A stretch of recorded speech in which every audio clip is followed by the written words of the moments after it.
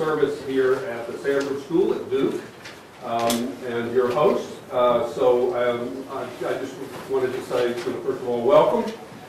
We are just thrilled to have you all here today.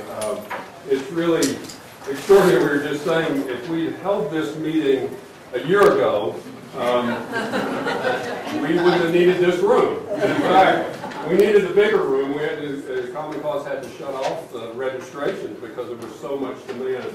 And I can't tell you how exciting this is. I don't need to tell you how important redistricting is, but the center that I had is dedicated, one, to engaging our students in the great problem of the day, that is fixing our politics, and to being a good citizen and trying to facilitate meetings like this and events in North Carolina to try to do what we can to improve the climate of the day.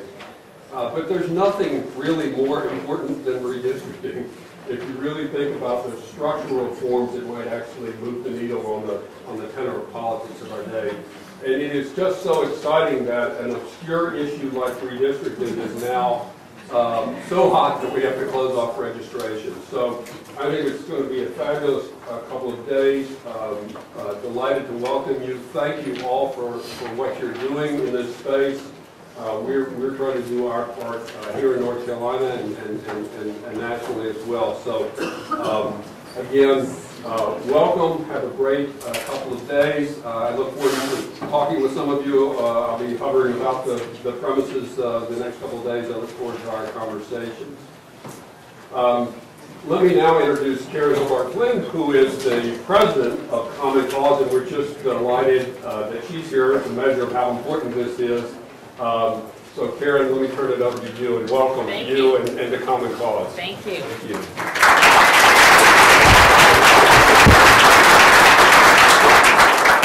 So welcome everyone to Common Cause's Redistricting Reform Conference, Mapping Our Future. I'd like to thank our co-hosts, the Campaign Legal Center and Duke University Sanford School of Public Policy.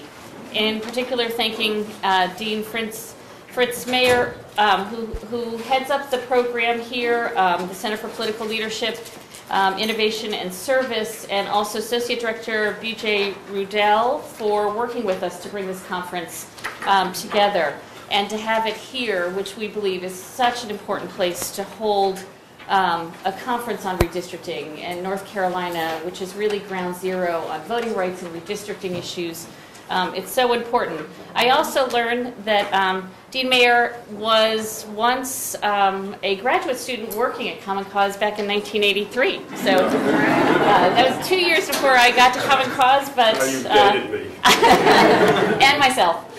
All roads lead back to Common Cause. There you go. I also want to thank our many staff who worked on this conference: Kathy Fung, Dan Vicuña, Bob Phillips, our executive director here in North Carolina, Brian Warner and Jane Pinsky, and there's so many national and state staff from California, from across the country that have helped to work to put this together.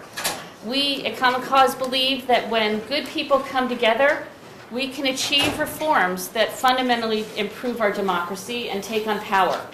Democracy is not something that's written in stone and left to weather the changes of time. We need to be vigilant, and we need to tend it, and you'll see this theme throughout the day. We need to tend it like a garden.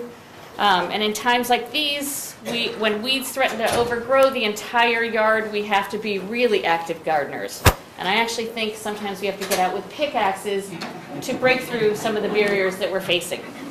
The founder of Common Cause, John Gardner, who served as a Republican Secretary of Health, Education, and Welfare under President Johnson, said, "We're all faced with a series of great opportunities, brilliantly disguised as insoluble problems." And I think that gerrymandering fits right into that category. It is a vexing problem, and it is one that is preventing the people's voice from being heard. And the time to look at this is now.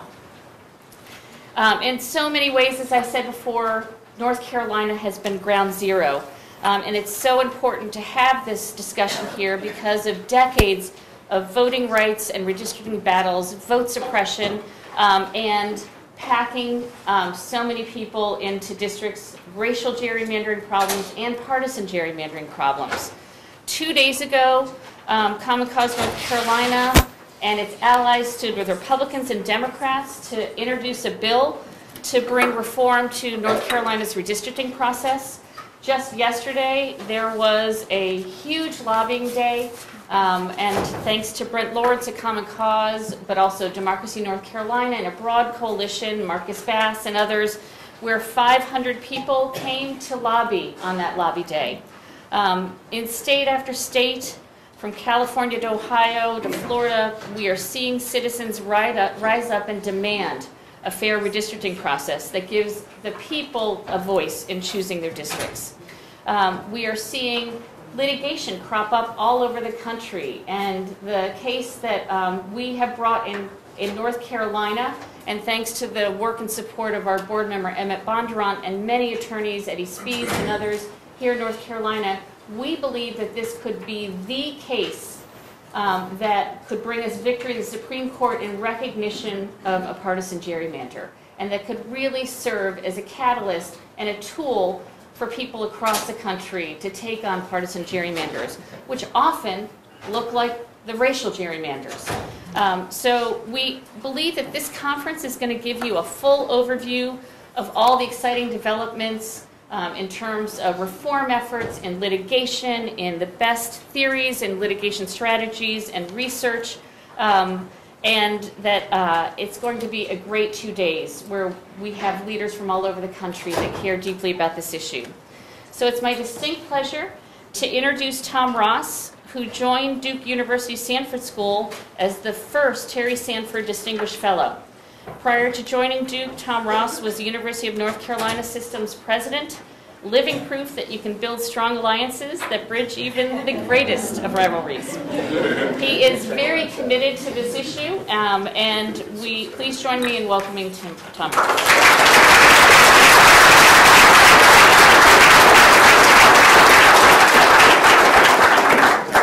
Thank you, and good morning. So it's a pleasure to be with you, and I really appreciate the nice introduction. And I also want to thank the POLIS Center and Duke University, the Sanford School, but Common Cause and the Campaign Legal Center for sponsoring this conference. I think it is an exciting time and an interesting moment in our history to be talking about redistricting. It is my assigned task to welcome you and to talk a little bit about redistricting, and I think we're in for a stimulating few days on a very important issue, and I'm going to talk more about that in a moment. But first I want to welcome you, and I want to start by asking how many people in this room are not from North Carolina? Wow. Okay, good. Well, that's helpful for me to know, because then I should go ahead first and apologize I'll apologize for our winter weather. We're really sorry about that. It was 75 2 days ago. There are other things I could apologize for, but I think the restrooms are well marked.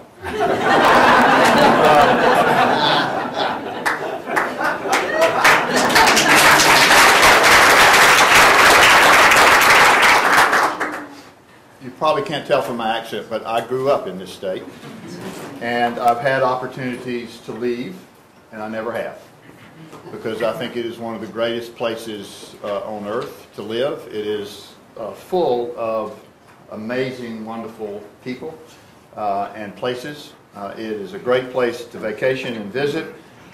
It has been a leader in many, many ways in the South and in the nation. One of them is not redistricting. In fact, we have been a leader, I should say, in redistricting, because I remember the Washington Post said we were the poster child with 3 of the worst redistricting, and for congressional redistricting, 3 of the worst gerrymandered districts in the country, so maybe I'm wrong. As was mentioned, I used to be president at UNC, and I will tell you, I never expected to be asked to welcome anyone to Duke University.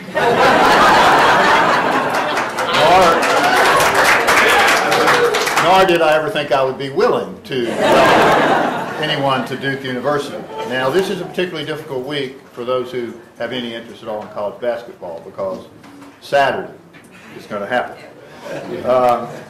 Now, I have to say, though, about Duke University. First, since I joined as a Sanford Fellow a little over a year ago, I have learned a few things. I have learned that the rumor that Duke is a world-class university is true. The rumor that there are a few, maybe even a lot of really good people here is also true. That some of their graduates, Sandy Grieven, for example, are strong supporters of their athletic programs. But I'll tell you, they're very gracious. They have been wonderful to me in allowing me to come and take advantage of the intellects that walk around this place, to take advantage of the opportunity to work on redistricting. When I was invited to come over, I think Dick Broadhead felt a little sorry for me. He was president of Duke, if you don't know that, because there I was out of a job, had nowhere to go. But they said to me, come do whatever you're interested in. And so I picked redistricting because it's something I've been interested in, not for a few weeks, not since November, not for a few months, but most of my adult life. At one point in my career, I was chairman of one of those things they call a political party in my county. And in those days, the county party had a role to play in redistricting. And I remember sitting in a bank building on a Sunday afternoon with a legal pad and a few other people and a little bit of data and drawing legislative districts. And I remember the power of that and the power that it enabled you to put certain people in certain places, to design districts that, might lean one way or the other. And I was doing it with a legal pad. Computers have changed the game. People are a lot better at it than I was, but the power that goes with it is still there.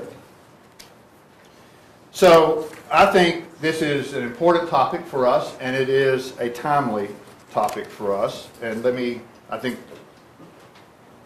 the reasons are simple, and I'm going to take just a few minutes talking about them because you all know the reasons, but I want us to be reminded, and I want us to be all on the same page because you're coming from different places of background and knowledge about this issue.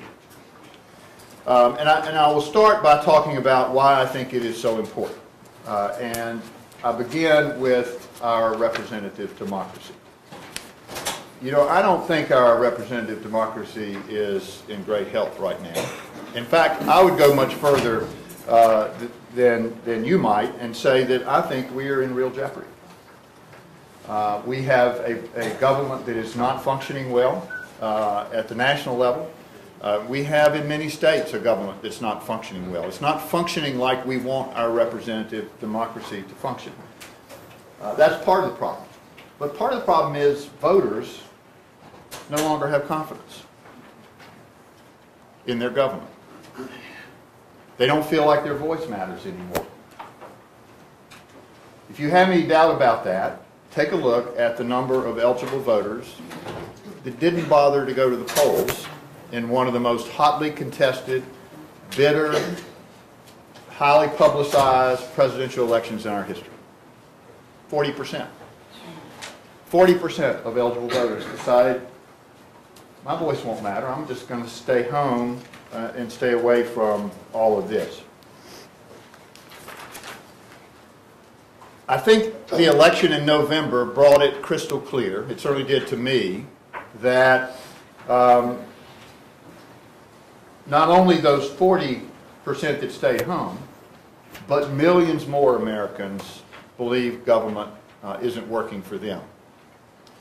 They think it is broken. And they particularly think the political part of government is broken. If you get them in a conversation and talk about, is your garbage being picked up? Are you still getting drinkable water in most places in the United States? Not everywhere anymore, unfortunately, but most places. Can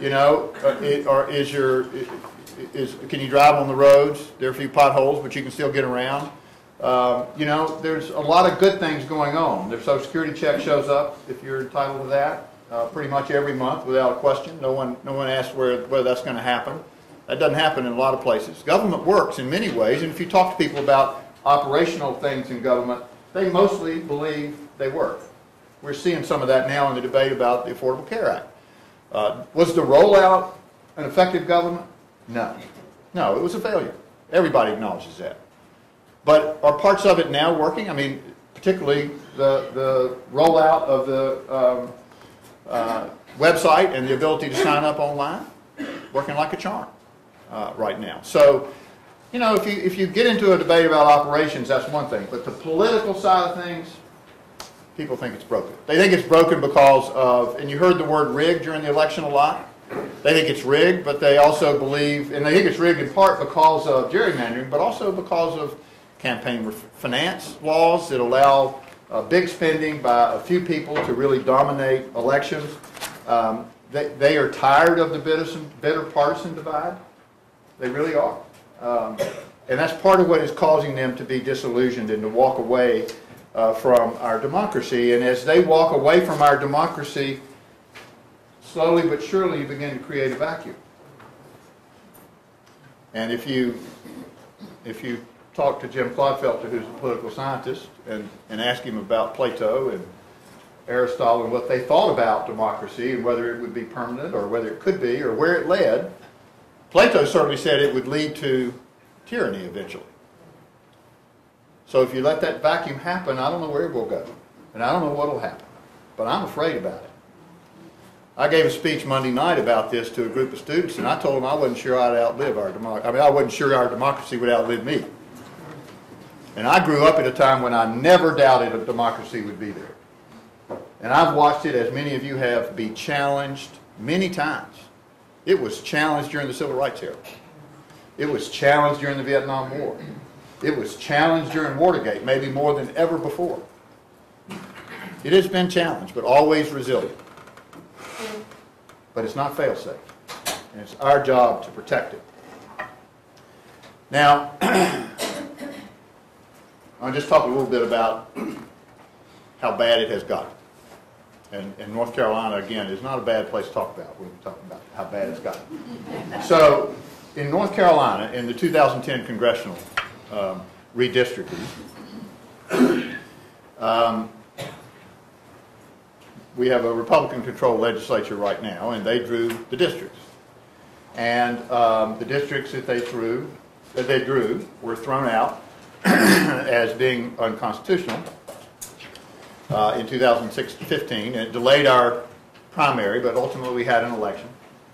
And in 2016, the map that was eventually upheld, which is still, most people would argue, pretty heavily gerrymandered on a partisan basis, every candidate that won election got at least 56% of the vote. A majority of our 13 congressional seats were won by more than 60% of the vote. Now, those of you that pay attention to politics, a 56% win is huge. 60% is nearly unheard of. And yet half of the congressional districts got 60%. Only 2 districts failed to get over 58% of the vote in North Carolina. And yet, if you took all the votes cast for Congress and added them up together, 53% of the people voted for a Republican candidate, 47% voted for a Democrat. Now, I'm no mathematician, but when I apply 53% to 13, I get something close to 7. So you could argue the people voted for 7-6. They got 10-3. That is part of why people have lost interest and support for what we are doing. Now, why is this timely? Well, it was mentioned already, there's a bill pending in North Carolina. But that's not all that's going on here, and there's a lot going on in other states. In North Carolina, in our congressional races, as I indicated, the 2011 map was found unconstitutional for racial gerrymandering in 2015, and the court, interestingly, when it came back after being redrawn, and the court upheld it on racial gerrymandering, they put a little sentence at the end that said, this is without prejudice to a new lawsuit. This isn't exactly the words they used, but essentially, without prejudice to your filing a new lawsuit based on partisan gerrymandering, because we don't have enough evidence to rule on that right now. So, as was mentioned, there are cases pending, including one by Common Cause, attacking our congressional districts right now, trial set for this summer, based on partisan gerrymandering. There's a little bit of evidence, including one of the co-chairs of the committee that draw the districts who said publicly, and I think I'm getting the quote relatively close, but I won't claim it's exact. He said, we didn't consider race at all. We just drew the districts to get as many Republican seats as we could. Now that might come into evidence, I don't know. You have to talk to him.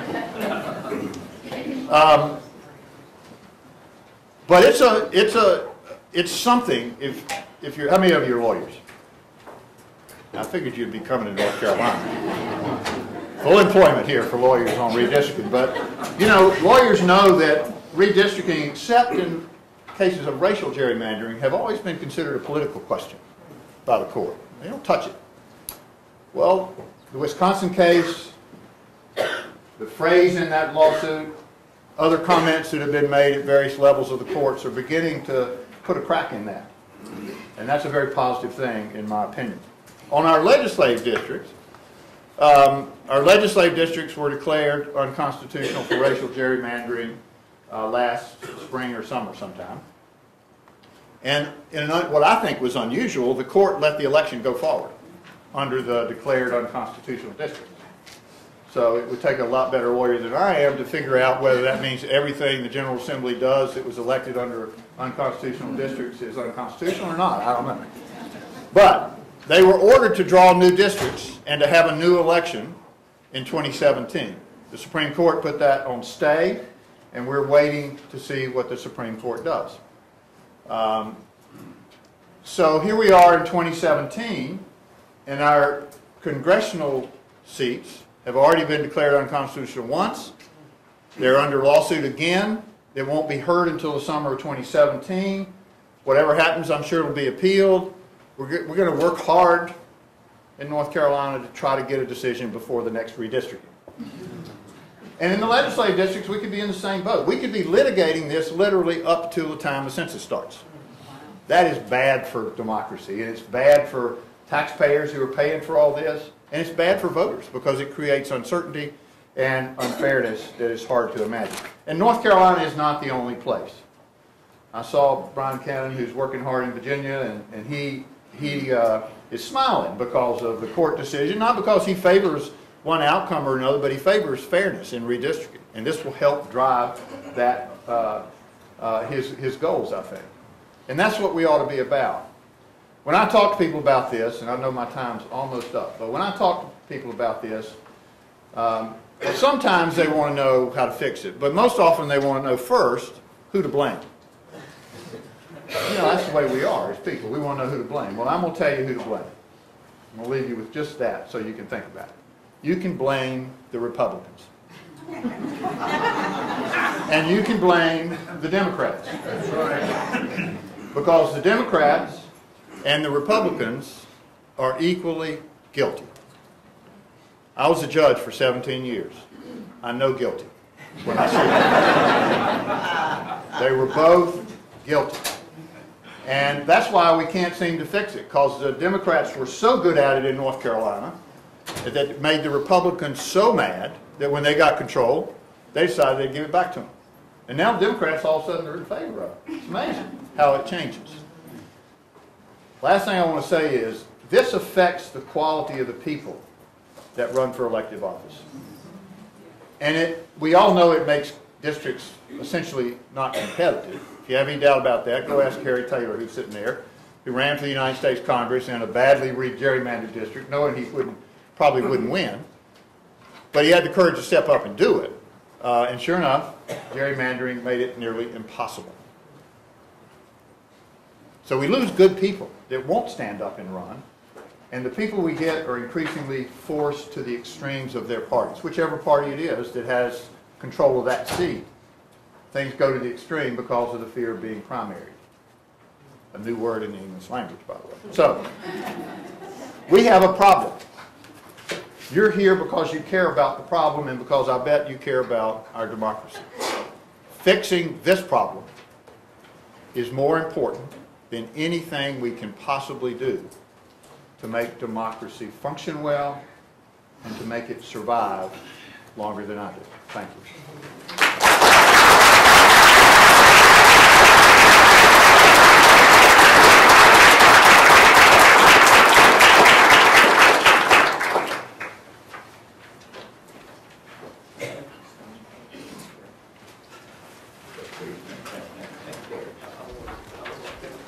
Good morning. My name is Kathy Fung. I'm with Common Cause, and I'm from California, where we had many, many years of fighting for and eventually success in winning citizens redistricting, in the creation of a Citizens Redistricting Commission. And I'd like to say that we are transforming the conversation nationally for what is possible. And so in that spirit, I would like to ask you all to participate in a big experiment of reapportionment where we will be going upstairs to 2 different rooms. But unlike the way that we currently do it with legislatures, you will self-select which district you go into. All right? So there will be 2 rooms.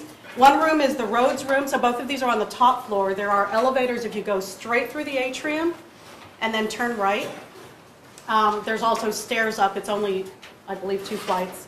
So there are 2 rooms. One is the roads room, and the first panel that will be in that will be surveying the field, identifying different gerrymander standards, where we will be talking about the latest legal theories, latest political science theories that are being put forward to try to crack the code on what the Supreme Court might consider to be an acceptable standard for measuring what is an unconstitutional gerrymander.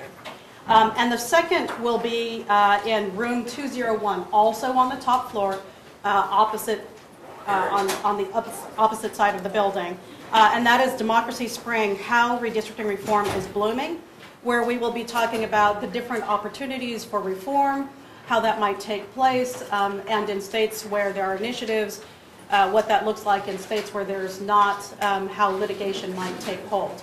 Now, what I will say is this. Again, unlike the way that we currently do redistricting, just because you choose one room does not mean you are foreclosed from the opportunity of listening to the panel that you didn't choose. It's just the order. So what we're doing is, because we have such an overwhelming response, the audience will stay in the same room. The panelists will do the switcheroo. Imagine if we had government representation like that. Anyways, all a thought experiment on what's possible. But so as you choose, really what you're just choosing is which you're going to start with, but eventually you will see both panels. Now let me just say very quickly, the flow of the day is after the panels, you'll have 2 panels that will essentially do the switcheroo, and then we'll have lunch. Lunch will be available both in the hallway as well as a room that is joining the roads room. There are places that you can mingle in the hallways and in the atrium. You can also stay in your room at the tables, and there are little tables there as well on the side. After that, we will be staying in those 2 rooms, though that is an opportunity if you want to do some switching. We'll do, again, 2 panels, and then they'll switch places. And then we come back downstairs at 3 o'clock to this room for the last 2 panels. It is a packed day because there is just so much to talk about, so much that is moving. We are thrilled to death that there are this many people in this room. Welcome to North Carolina. Thank you.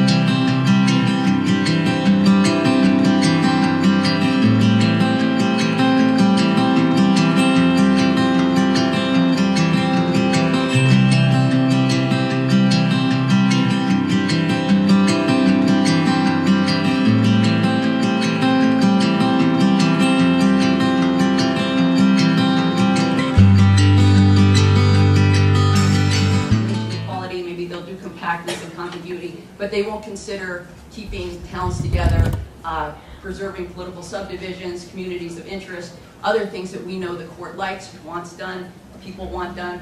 It's not that they don't think this is part of redistricting, it's because it makes the problem a lot more computationally difficult, and so they don't know how to do that, and so they change the problem to make it easier, and then develop an algorithm for an easier problem, which is not redistricting. This last Chen Rodden that I have set up, they actually do consider traditional districting principles, but they do it in this way. So for the state of Florida, they said, okay, the plan under dispute has 46 counties held intact. We're going to hold those exact same 46 counties intact in all of our districts. That makes no sense because it's the disputed plan. We want to know if you can do something better. We don't just say, oh, we're going to do what they did and hold this together and then move around that. What that does is it makes the problem easier. It changes the problem. That's not redistricting, and that in no way will give you a good comparison to what you need to know to see if a plan is a gerrymander. So they all change the problem. What they're looking at is not actual redistricting as redistricting is done. And they do that because the problem is too computationally complex for them to handle. They don't do that because they think that's how redistricting is done. That's not how redistricting is done. And their focus is either on quality maps, which Altman and McDonald try to do, they try to find better maps, or on random maps.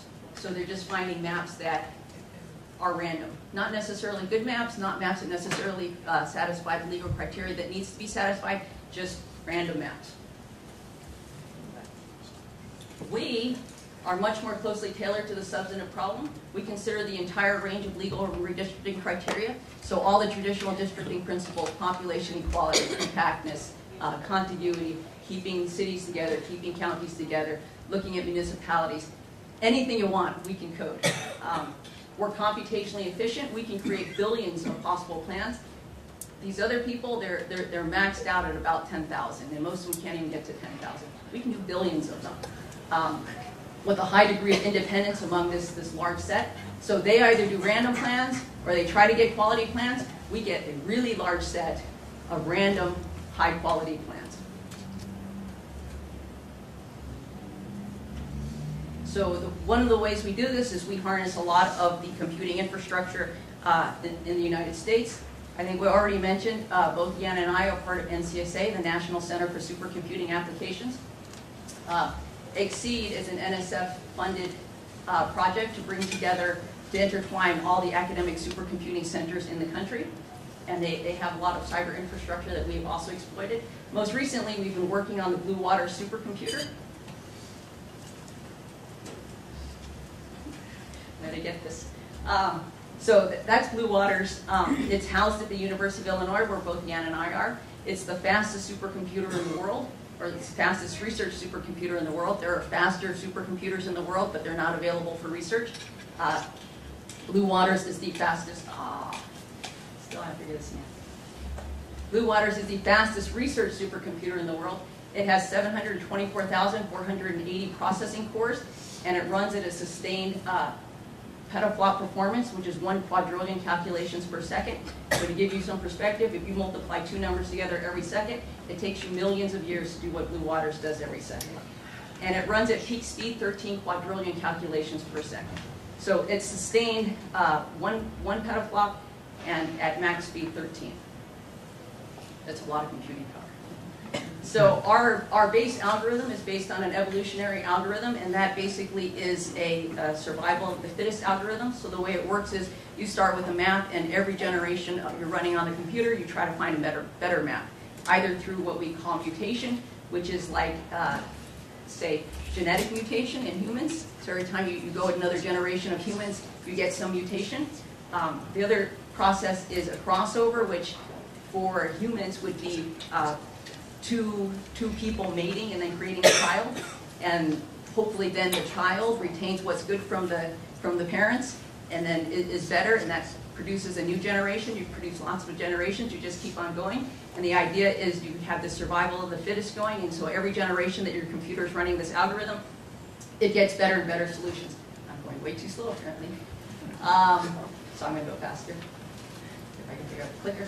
So our algorithm, we're testing it here against the algorithms that exist. Those are the first 4. The 5th one, grasp contiguous, is our tweak on their algorithm. So the thing you want to see is on the first column, you want to get to 0. 0 is a better map.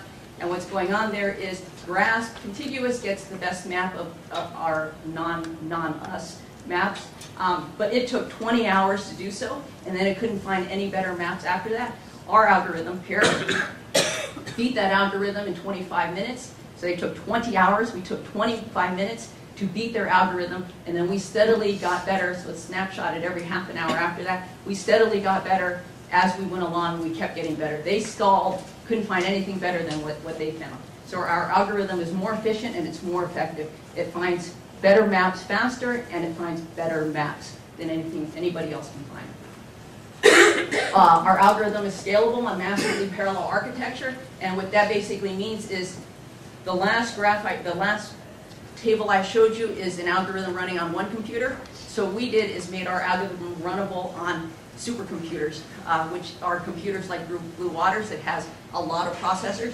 So when you do that, it's a little bit, I'm going to just run through this, it's a little bit like building a house. If you have one person building a house, I'm going to figure out this quicker.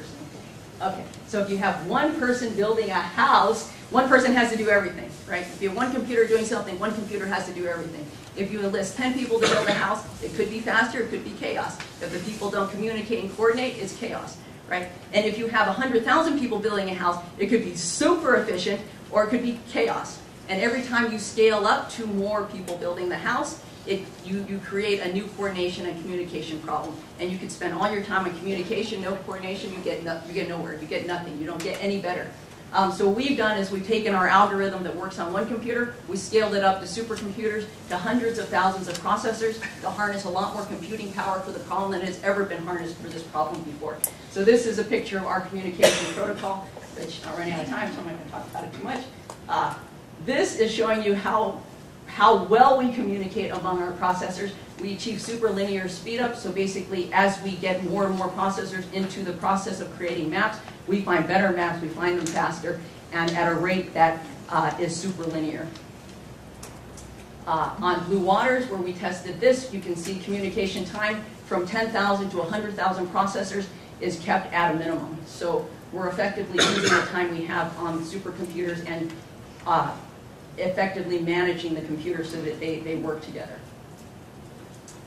Why do we do that? So what we're trying to do is create a comparison set of plans for a gerrymander. So what other people have done is said, okay, your plan, the disputed plan, it doesn't. They create a bunch of random plans and they say, well, yours is a lot more this or a lot more that. What we're saying is, a random plan, who cares about a random plan? I mean, who cares about a random plan unless it satisfies all the legal criteria and is actually a plan that humans would enact? If it's just a random plan, I don't care about a random plan. Humans need to look at the plan. It has to be a plan that fulfills all the criteria. It has to be a plan that humans would look at and say, that's a good enough plan. So one of the things we do is that we make our comparison set. First of all, it's really hard to find a large set of good plans. So we set minimum thresholds on all the thresholds of goodness, on population, on compactness, on the number of cities and counties you preserve, on everything. And so all of our plans are at least as good as the disputed plan. So the idea there is that if there's a disputed plan and that one was enacted into law, and we create another plan that is at least as good as your plan, then we consider that, you know, a reasonably imperfect plan. There's no perfect plan because there's no plan that's going to satisfy everyone. There's always trade-offs.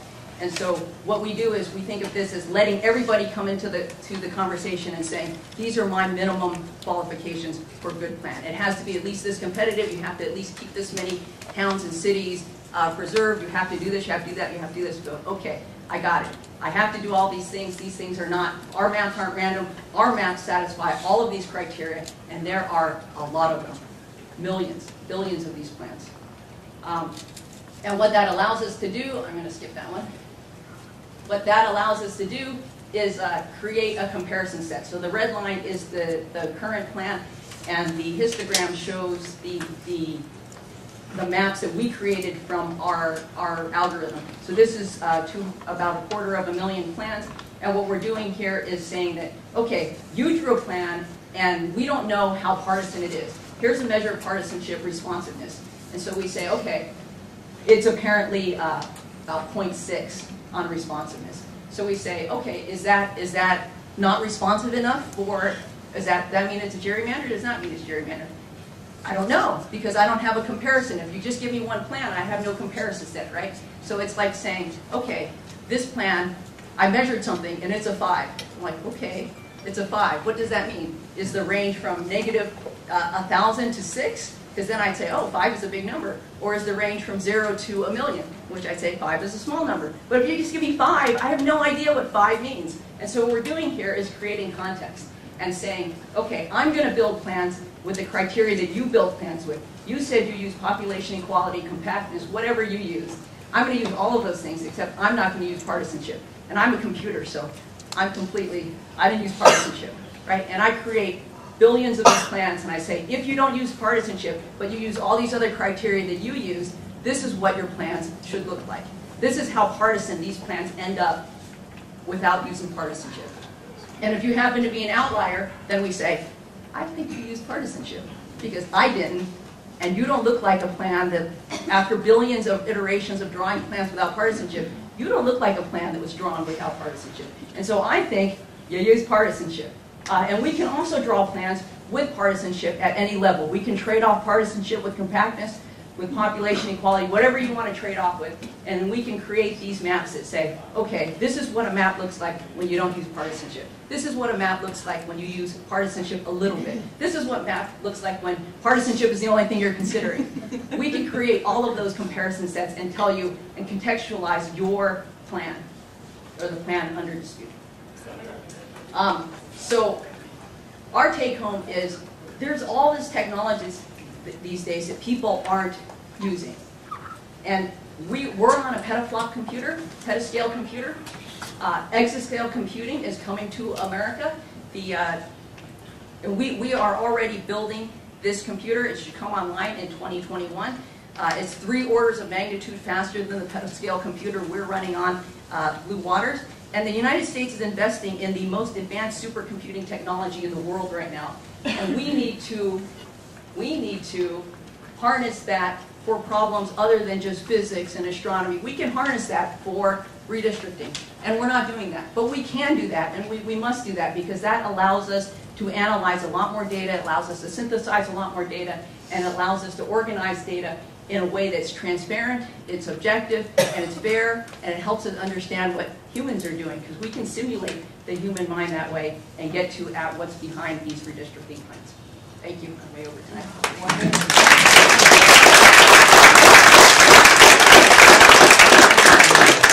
Well, wow, that was really fantastic. I'm very impressed.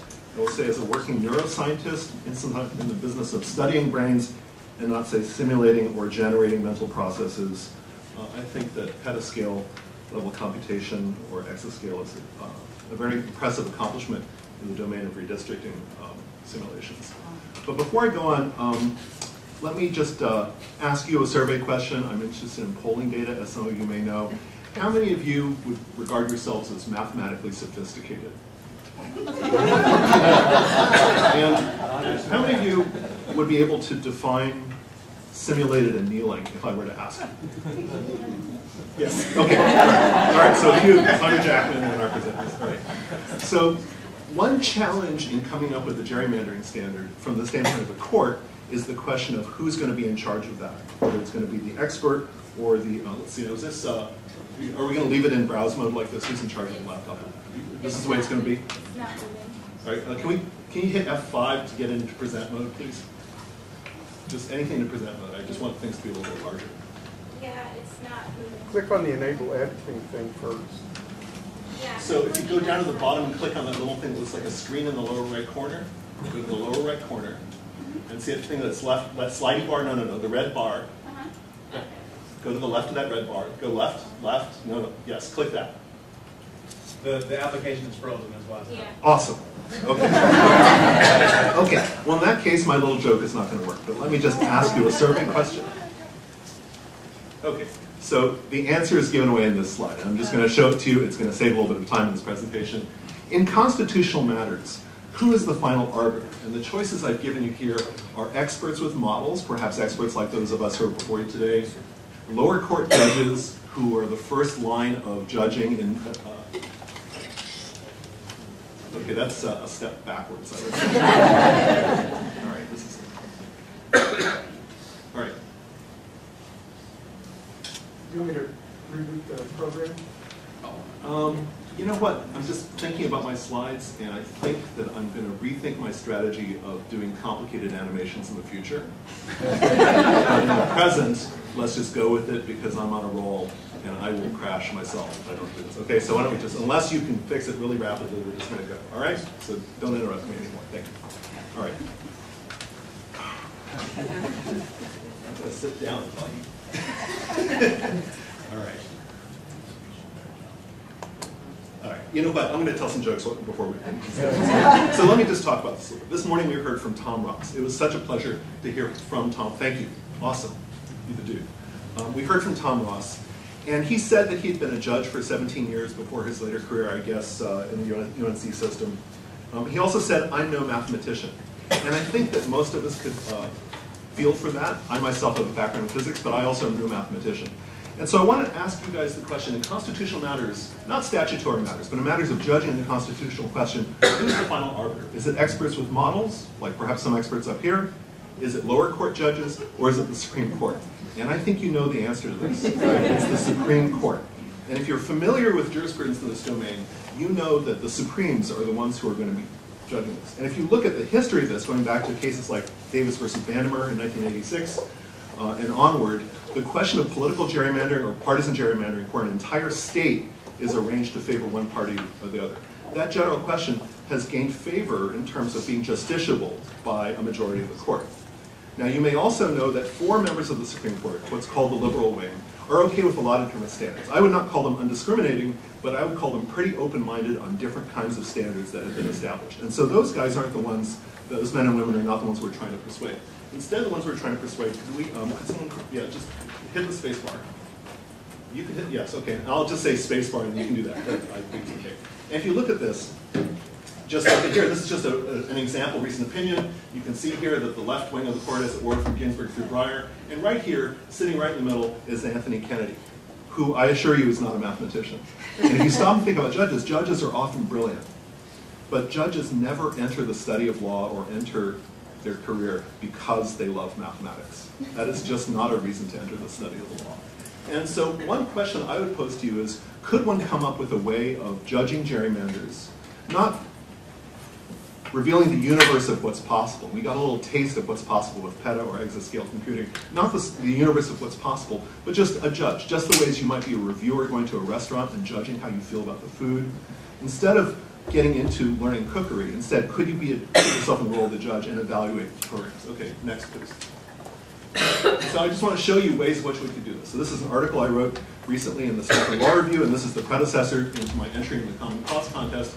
The key concept that was pioneered by Bernie Grothman, Gary King, and others, and was picked up by 5 out of 9 Supreme Court justices, is the concept of partisan symmetry, right? Symmetry or asymmetry. So the idea is that for a given distribution of popular vote, statewide, if the 2 parties switched their share of the statewide popular vote, would they also switch the share of how many seats they had? And that's a principle that 5 out of 9 justices in the Lulac versus Perry case said would be a good idea. And if you stop and think about it, that's something that is statable in words, and therefore could possibly be something a judge could wrap their minds around. And so what I want to present to you today are some statistical tests based on 100-year-old practice, going back to the dawn of statistics. 100 years old is a long time in statistics, that instantiate this idea of partisan symmetry. And so we're going to go back before the history of political scientists' contributions to this, do an end run around the entire field of political science, do an end run around a lot of the very interesting statistical work that's been done, and sort of go back to the dawn of time. And I'm going to show you tests that you can do on your laptops in Microsoft Excel using a function called t-test. There's another one called f-test. So I'll show you this. Spacebar, please. So, and all these are based, thank you, that's good. Careful there. If you hit it twice by accident, then okay, that's good. No, just, okay, good. All right, so here's just an example of partisan symmetry, just to give you an example of the idea, and this is just to show you. These are the outcomes that Tom Ross told us about here. This is the Democratic vote, the Republican vote share, and you can see here there are 10 Republicans, 3 Democrats, and then it adds up to a statewide vote, as Ross said, of about 54% of the vote for Republicans, 46-ish% for Democrats, and yet, despite this vote that's not too widely divided, it ended up being 10 Republicans, 3 Democrats. And the question is, okay, partisan symmetry, let's flip the vote. So one way to flip the vote is to just give an across-the-board bonus to Democrats of enough votes to give them 53.7% and give the Republicans 46.3%. And if you just give them that bonus across the board, this is a simple-minded thing, there are much more sophisticated things that people have done since, including Andrew Gelman and so on, you end up with a delegation that is still 8 Republicans, 5 Democrats. And this is an example of what Ross was talking about. The idea that, that margins are so wide that in fact people are secure, and only 2 of these representatives would have lost their seats had there been some kind of wave election. And so that's an example of partisan symmetry. This is a highly asymmetric situation. You can see it with your eyes. You don't need further statistical analysis. What I want to show you now is a couple of statistical tests that are simple, that first-year students in statistics learn, that can do this kind of job and assign a probability to it. Next slide, please. Okay, so this is an example of what I will say is the oldest statistical test in the book, almost literally. It was concocted by someone who was a quality control manager at a Guinness brewery. On the side, he wrote pseudonymously, and he wrote under the pseudonym student. And if you've ever studied statistics, there's a thing called the student t-test, which is perhaps the most widely used statistical test in the world of science. Every freshman who studies statistics knows this test. And it consists of the following. Remember that Ross said that people won lopsided victories. So if you look here, what I've graphed here is the winning vote share of the winning Republican candidates and the winning Democratic candidates. So we have Republican winners and Democratic winners, and how much of the vote they won. And this is, of course, in the state of North Carolina, and so I'm just using that because it's a hot case, and many of you here are, of course, native to North Carolina. If you look here, you can see that, in fact, in 2010, there was, in fact, a substantial gap between the Republican winners and the Democratic winners. You might think naively that it might be a good thing to win by a lot of the vote. As it turns out, Democrats were in control of the redistricting process in 2000. And what we have here is Democrats, no offense, hacking Republicans into as few districts as possible and gaining themselves a partisan advantage. But you look here in 2012, 2014, 2016, these are cases where there are 4 Democrats here, 3 Democrats here, and 3 Democrats here. And you can see here, if you know the history of North Carolina, there's been a redistricting that's occurred during this time. But you can see here that the Democrats, now the tables are turned, where Democrats, in fact, are now packed into a few districts. This gray zone here is a zone that I call the zone of chance. And this is just a repackaged version of a confidence interval. It's a physical graphing of one of the quantities that goes into the t-test. You don't see this when you run t-test on your Excel spreadsheet. But it's basically a way of displaying what would happen by chance. If these winners and these winners had their vote shares drawn out of a hat, given the amount of variation, could you say with any kind of confidence whether these 2 sets of results are different from one another? Okay, you can see here, there's these 3 and this 1 here. You can see they're different from one another. And so the zone of chance is a way of expressing a thing that I think most of you can see with your eyes, which is that these 2 groups are different. And so one of the tests I proposed in this Common Cause contest was the idea of using a 2-sample t-test. That's the whole thing. Now I assure you that I would not get promoted in my department at Princeton University for thinking of the 2-sample t-test. It's just like some little step along the way. Nor would any working political scientist be regarded as having done very much original. However, it has the power of having 100 years of history behind it. Anybody can do it, including the clerk of the Supreme Court Justice, and maybe 1 or 2 Supreme Court justices themselves. Okay, so that's just one example, finding lopsided wins. This satisfies the partisan symmetry test. It also avoids the drawing of maps. No offense to the drawing of maps, but those are unnecessary. And I just want to point out here that it does not involve the number of seats. There is no normative judgment about how many seats either side should get. And so perhaps a judge might not necessarily want to get into the game of deciding how many seats each side should get. And if you stop and think about that, if you were a judge, you wouldn't necessarily want to say, well, you won 3 seats, that's not enough seats. Okay, one can imagine that that might not be considered kosher. I don't know, I'm not a judge, but I'm just pointing out that this doesn't use the number of seats. Okay, let's, next slide, please. Okay, so here are two ways to confirm it. I'm just going to mention them. In the interest of time, I'm not going to get into them too much. This is sort of a very, very, very poor person's version of what you saw in the first presentation. But let me just focus on this one.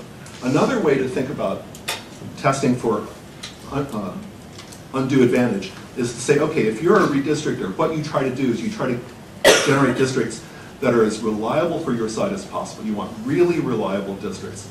And one way to test for reliability is to ask whether the districts that are drawn are less variable than districts nationwide. And what we're looking at here is just looking at the Republican districts in North Carolina and the Republican districts nationally and ask, how variable are those districts in terms of how much they were run by? And the classic measure of variation is a quantity called the standard deviation. If you know anything about finance, volatility is related to this concept of standard deviation. And the standard deviation of the Republican vote share in North Carolina in the last 3 elections was between 3 and 4%. Nationally, 11 to 14%. And there's a classical test for this. The classical test for this is the chi-square test for comparison of variances. And again, this is a 100-year-old test, maybe not quite 100 years old, but it's an old test. And you can see here that this difference between these kinds of variation, standard deviations and these kind, occur by chance in a very tiny fraction of cases, 0.14% of cases, 0.007% of cases, 0.02% of cases. And so this is a way of confirming the idea that in fact something was done to make wins reliable. And so a test for uniform advantage, right, uniform wins.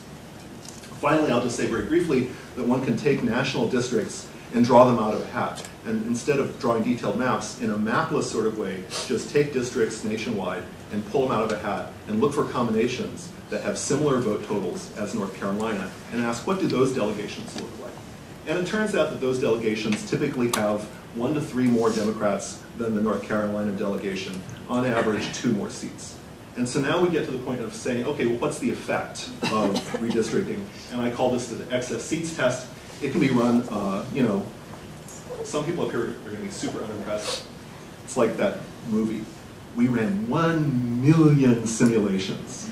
Okay, so it's like $1 million ransom. So when 1 million simulations, a paltry number, but I can run 1 million simulations on my laptop in 20 seconds, and 1 million simulations on a laptop is enough to get the answer to this, which is that the average typical delegation drawn from national districting patterns is about 2 more Democrats than what we see in North Carolina here. Okay, and I think I might have one more slide, and that's it.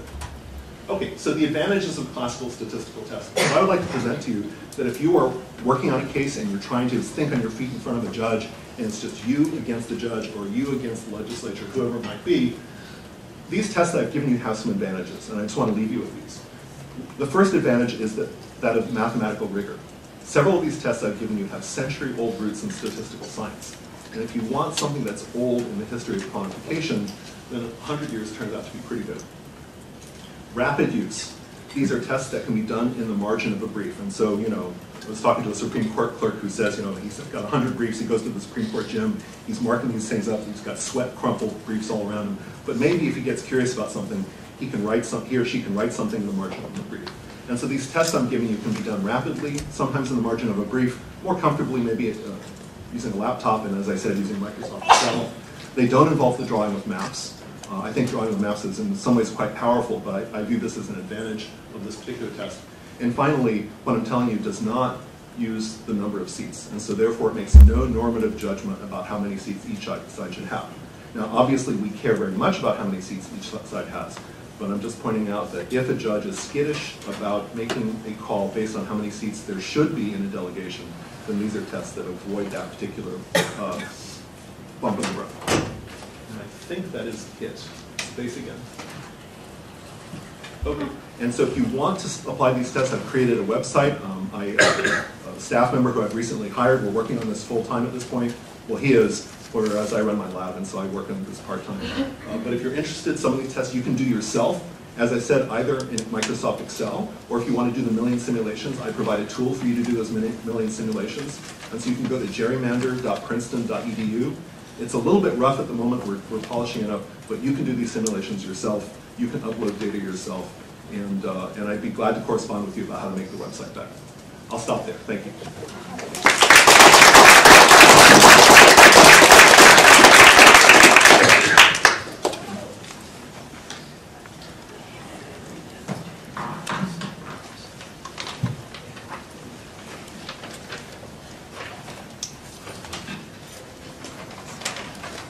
enough with the complicated math. I'm a simple political scientist, so I'm going to make this as simple as I possibly can, but no simpler. I came in third in this year's competition, but I need to be no fan of phony facts or alternative facts for that matter. I should point out that I submitted virtually the same article last year and didn't come in the money at all. So actually I came in sixth. But that's okay, because the other 5 papers are innovative, pioneering work in how to measure gerrymandering. In that sense, I'm essentially retro. Because what I've done is I've looked at 2 classic concepts from political science. The normal vote, normal partisan vote, and the simple seats vote relationship. They've been around since the 50s. And the question is how to harness those to measure gerrymandering. In doing that, as my colleagues have really suggested, we still have to come up with the same answers that the court gave in the Vandiver decision. Is the redistricting plan severely biased? Is it long-lasting? And was it intentional? Let me tell you a story, because speeches go better as stories than they do as essays on their feet. In New Mexico, stick with me, I spent a lot of time in North Carolina, but this is relevant.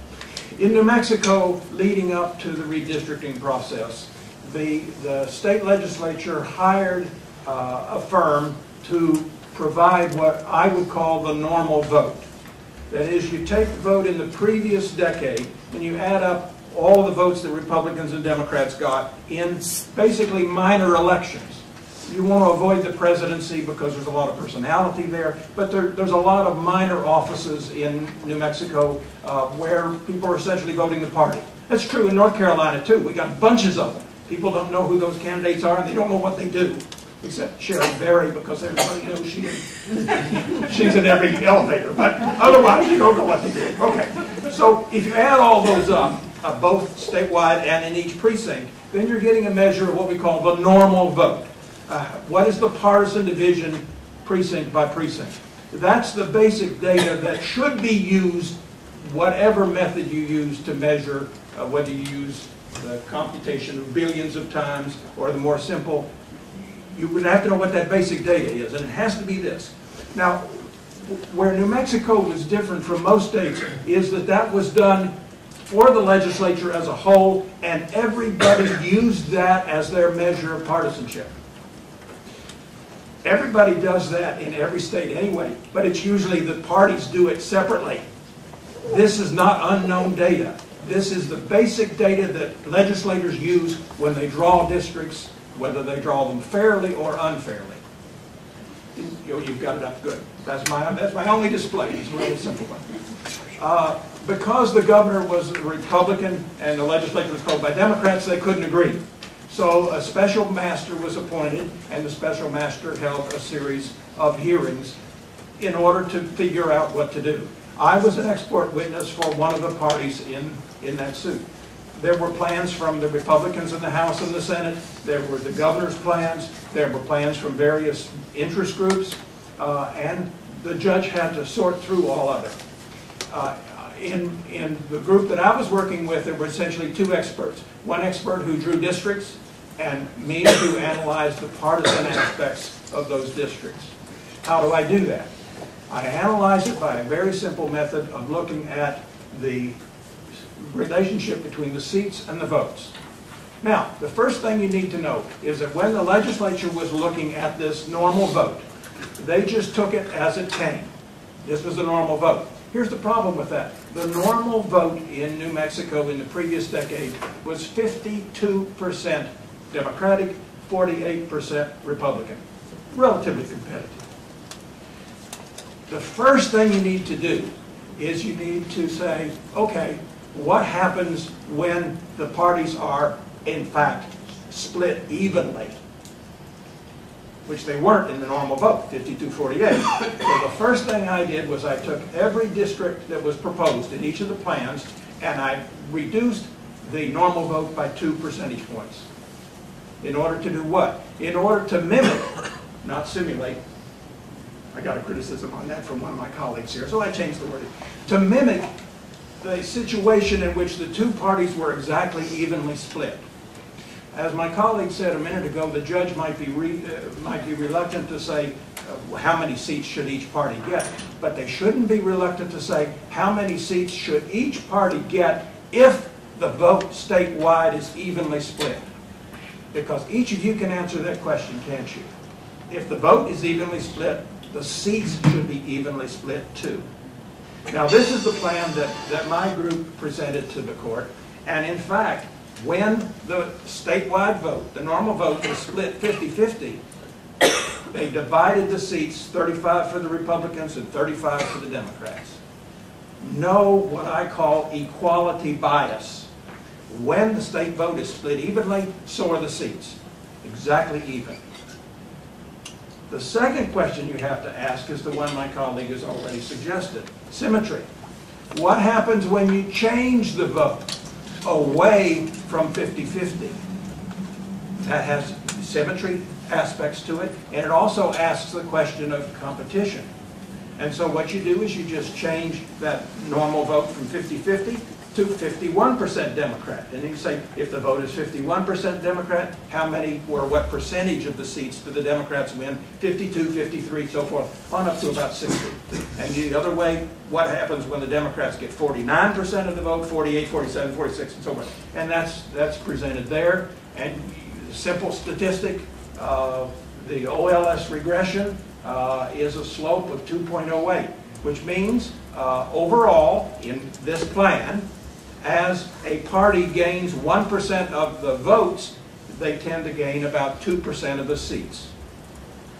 Now that's why symmetry is important, because you have to remember that in a two-party system with single-member districts, the results will not be proportional representation. What happens is the party that gets the most votes tends to get a bonus. That's not a bad thing, by the way. That's a good thing.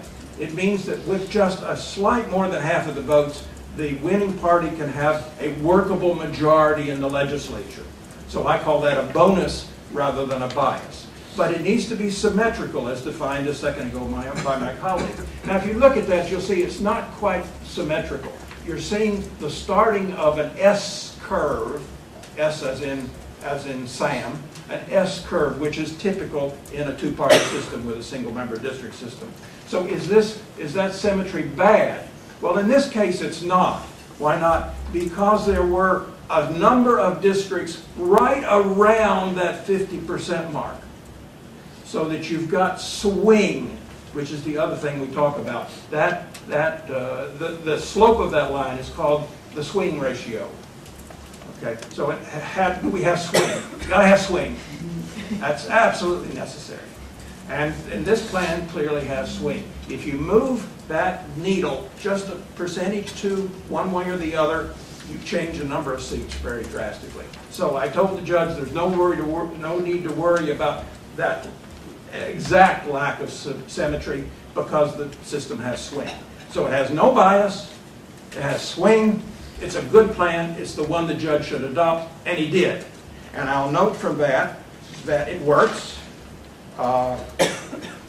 In 2012, the Democrats won a majority of the seats. In 2014, the Republicans won a majority of these seats. And in 2016, the Democrats again won a majority. And that reflects what happened in the state. So this is a very simple way to analyze the districts and determine whether the districts, in fact, are fair or not. You can use the normal vote in these simulations that we've heard about today, and I would recommend that you have to. And here's the reason why. You've got to get into this analysis very early. You can't wait until the gerrymandered districts have been used, especially if you have a 4-year term like in Alabama. If you wait, suppose, for example, that you've got where is it in my notes, because I don't want to get the dates wrong. Suppose you've got a legislature that's elected in 2020. How much do I have? 5 minutes, great. The first time that those districts would be used is 2024. If you wait until then to get your data, then what happens? Can you get it to the Supreme Court by 2028? Maybe. And if you do, you've only got one election, you don't have any elections left in that census cycle, because the next election is 2032. So it's not long-lasting. If you're going to have prove to the court that this is long-lasting, you have to have several elections that are going to occur under the gerrymandered system, which means you need to bring suit right when it's passed. Secondly, in my view, if you're going to show it's intentional, you have to show that the legislators, none of whom I assure you, or hardly any, are mathematicians, even in the simplest view, that they knew when they passed the gerrymandered plan that there were available plans that came up to all of the traditional districting principles and were not gerrymandered. They knew that when they acted. They don't have to know that there were billions of them, although that's nice. But they need to know that there were acceptable plans that they rejected in favor of a plan that they knew had these biases in it. I've been the intent expert for the Department of Justice in several cases. That is intent under the way the Supreme Court has looked at it in the past in racial cases. Okay? So very simple. Get started early. That requires using some measure, and there are a very variety of ways of doing it, but some measure of the normal vote as your basic data, and then you can apply that to any number of other more sophisticated techniques or simple techniques. I've been actually involved in about 50 cases rather than 40, but I've testified in some sense in about 40, and I can tell you that judges have very, very low mathematical understanding, and you don't want one that thinks he does. Okay. I've been in most situations, and I know. And so the simpler the better, but with enough explanation, I think we do it. One last point. I think it's useful to have a variety of different ways of measuring gerrymandering and present those to the court. I don't think there's going to be one method and the court's going to say, this is the method. Yes, I know that kind of happened in the Jingles case, where it kind of got said as this is the way to do it. But I don't think that's going to happen here. I think you should have a variety of experts presenting a variety of different approaches and showing that whatever approach you use, this plan is intentional, long-lasting, and severely gerrymandered.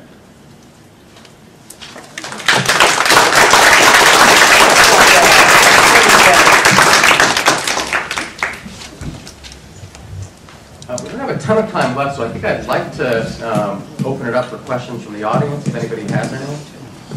I guess I'll take the mic here.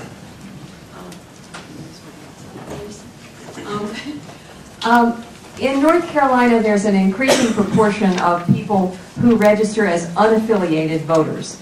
How does that affect the way that you've drawn your models, and how might we be able to incorporate unaffiliateds into nonpartisan redistricting? Who's the question for? Anybody. Well, people who register as unaffiliated nevertheless vote for either Republicans or Democrats, overwhelmingly. And so, from my perspective, you should use the vote. In fact, I've published an article showing that specifically in North Carolina, party registration is a very misleading measure of partisanship. And just to take as an example of that, one of the ways that the Republicans in the state legislature have argued that their congressional districts are fair is to point out that more than half of those congressional districts have more than half registered Democratic voters. But they know perfectly well that how people register and how they vote is about the same thing at all. Thank you very much.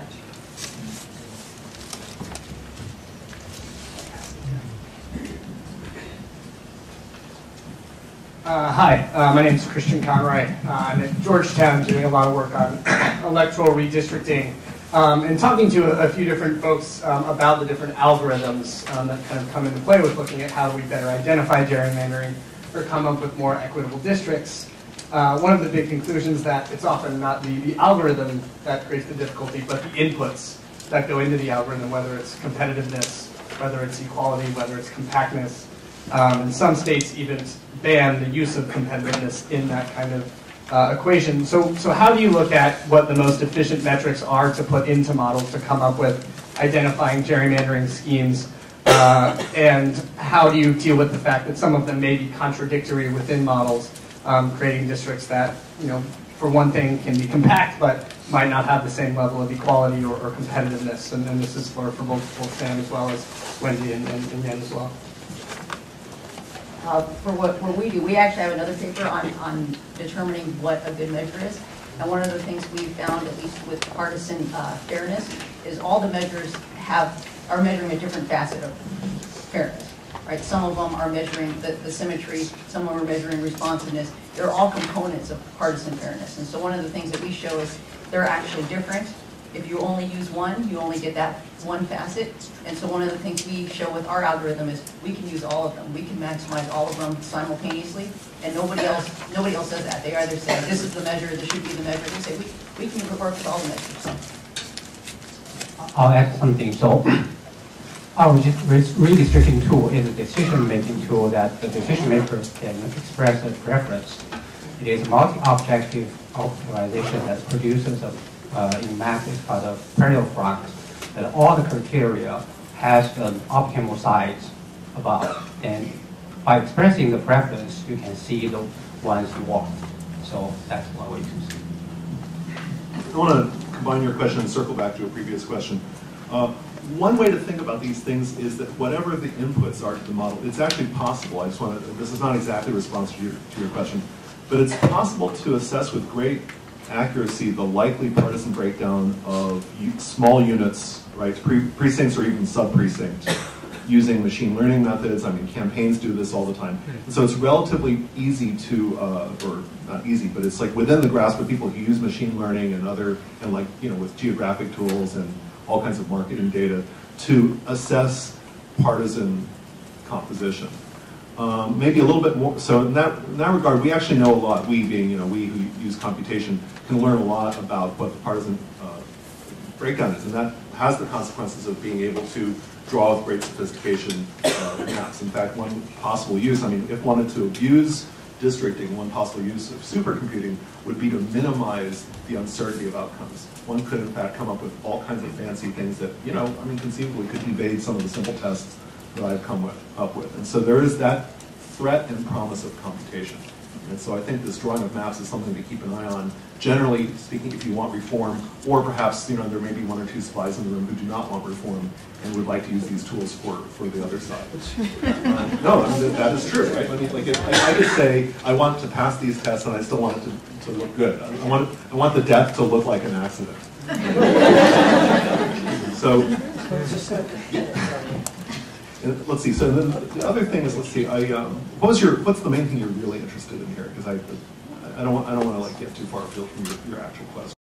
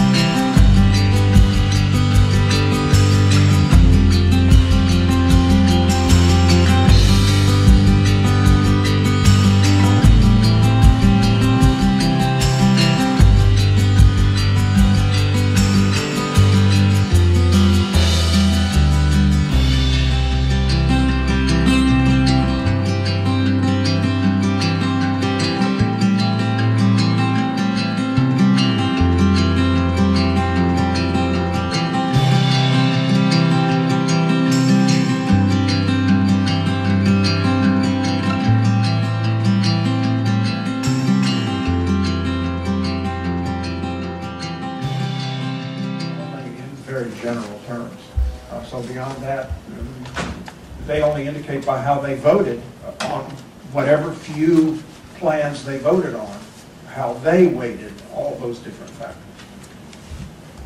So 2 quick questions, one for Wendy and one for Sam. For Wendy, so scholars in the past, including at least one who's in this room right now, have carried out redistricting simulations using essentially the same criteria that you spoke about, but they've done it with thousands of simulations on a laptop rather than billions of simulations on a supercomputer. I'm just wondering what the added volume of simulations really gives us.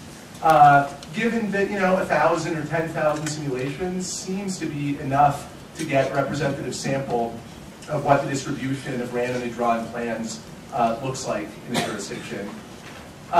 For Sam, my question is what you make of the Supreme Court's and the lower court's approach to racial vote dilution under the Voting Rights Act, where for 30 years the courts have used a quantitative approach that's more complicated than anything anybody is proposing in the partisan space. They've used ecological regression, Gary King's ecological inference for decades. So why should we think that the courts will be so much more allergic to statistics in the partisan space than they have been in hundreds of cases in the racial space? Okay, I'll take our question. I'll drive home a point that I made in the presentation, which I guess didn't get through. But random plans are not interesting. Random plans are not high-quality plans. Random plans are not plans that anyone would seriously consider enacting. If no one is seriously considering enacting these plans, why are you comparing it to the disputed plan? There's no comparison there. Our maps are high-quality plans that a human would actually enact. They satisfy all the criteria, and they do better than the humans do. You can set the criteria. You can't do this in any of these random simulations. They're just computing these random things that satisfy minimal legal requirements. No one is interested in these plans, so I don't know why anyone thinks that this is a proper comparison set. It's simply not a proper comparison set. And as to the idea of billions of plans, quite frankly, if you're serious about the science, billions of plans is not enough. Thousands of plans is seriously not enough to have a representative set. I mean, I think I showed that the number of possible plans is astronomically large. And if, let's say you have 10,000 and you want to draw a random sample and you draw two things, no matter how random it is not going to give you a good representation of 10,000 things. It's just not going to happen. And we've got an astronomical number of possible plans. We draw billions of them. Quite frankly, that's not enough. It's just not. It's in the science of it, if we're going to do this right, we're approaching the right way to do it. And we're just approaching the right way to do it. Billions, it sounds impressive. It's not enough. But it's the right way, right direction to go. Okay, so let me take on these questions. Actually, I might actually say something about either. By the way, for people who do not know, Nick Stephanopoulos, who asked the question, is a central player in litigating several of these cases, and you'll be hearing about his measure, the efficiency gap, I think either today or tomorrow. And so Nick is in fact in the position of understanding the quantitative aspects and also the legal aspects of this case. Let me just very briefly touch on the question that he said was not for me. And just to say, as a neuroscientist, we often have to think about what the computational principles are about how the brain works. And I think one additional advantage that Wendy did not really quite bring up of doing these millions of simulations is that it's possible to take a set of rules that we think might be a good idea for reform and to take those rules and ask how they would play out. For instance, Ohio had a redistricting initiative that passed that might have a landmine in it. Florida has the Fair Districts Law. California has a commission. And in those cases, one might want to know, will that set of proposed standards work out well for constraining a map to be fair for both parties? And in that case, you can put in rules that you like. So I would say that one power of being able to run many, many simulations is to be able to basically run a statute or to run a referendum and say, is that a good idea? And so I think that one power that maybe doesn't really come up, because we're so focused, some of us anyway, on court cases, but doesn't really come up, is the power of these methods for really gaming out things on the front end, right? For saying, how important should we value compactness, for example? Okay, so next question for me was about vote dilution and about other methods such as ecological regression. And let me just step back a little bit and get into what I would call human motivations. And I should say that I am not a constitutional law scholar, although I have to say I find the area fascinating. In the last few years, it's this intricate, beautiful thing. Why wouldn't courts bite on something like ecological regression, on massive simulation, on new measures? I think one way of thinking about that is that in cases of vote dilution and racial gerrymandering, that's based in the Voting Rights Act. And so that's, in some ways, a question of statutory interpretation, where you've got a law, and your job as a judge is to implement the law. And somebody wrote the law saying this is what ought to be the case. And so your job is to figure out a way of judging that. And so where the law is clear, or at least looks like it's clear, you can bring in experts, bring in all sorts of things. Now, in the case of constitutional law, and I don't mean to caricature the constitutional law process, it's a process that goes something like this. The Constitution says this in the 14th Amendment about equal protection. It says this about freedom of assembly. And I go like this for a while. It means partisan symmetry is important. And so there's that appearance of thinking about it real hard and coming up with an answer without an intervening expert to tell you what to think. I mean, the short version of that is, it's like the old saying, I'll be the judge of that, and the expert is not necessarily the judge. And so I think that one thing to keep in mind is the possibility that that may be a point of resistance. Now, it may be that I'm wrong. It is certainly possible that I'm going to be wrong about this, and we're going to find out in the next year or two whether we are probably going to find out some version of whether new measures such as the efficiency gap or whether more intricate measures will work to get a 5-vote majority on the Supreme Court or even more. But I will say that there have been attempts at this in the past. The charge has been led by political scientists, and the court hasn't bitten yet. And so it feels to me like it could be the case that these expert approaches will work, but it feels like putting all your eggs in that basket just feels a little bit risky because it might be that a judge wants something that can be expressed in a few words. So, we'll find out, but I'll just point out that that is a possible landmark. Well, that is all the time we have. Thank you to our panelists for their great scholarship and their presentations.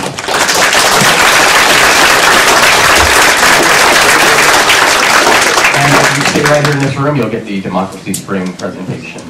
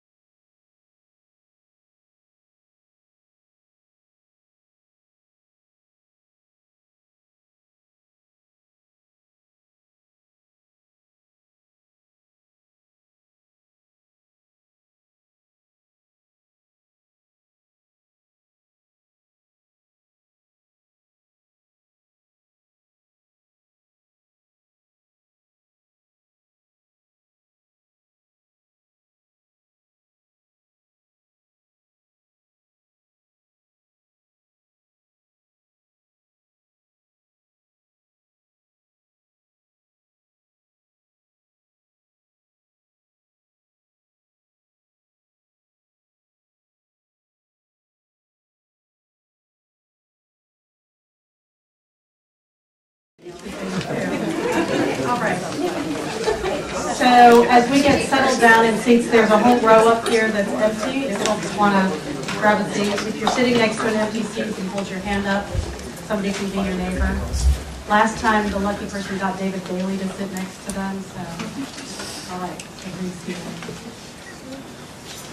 This is Democracy Spring, how redistricting reform is blooming. I thought I would start out with a quote by Chief Justice John Roberts. He said, "By ensuring that no one in government has too much power, the Constitution helps protect ordinary Americans every day against abuse of power by those in authority." What's interesting is that now more than ever, those words ring true. When we first embarked on redistricting reform in California, there are a lot of reasons why we wanted to tackle this. One of them was that in many of the communities that I represented, particularly in the immigrant community, we saw those communities sliced and diced and essentially treated as pawns in a large-scale political game where it didn't matter whether they had provided testimony to an assembly or Senate committee.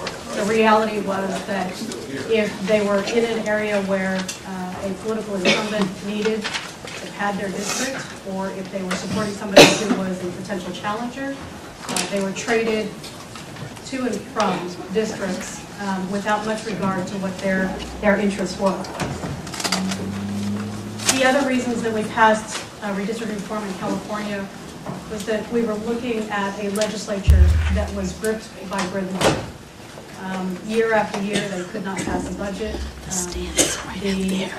The people who had been elected no longer felt that they had to be responsive to their constituents because they were essentially assured to be reelected no matter what their favorability or unfavorability ratings were.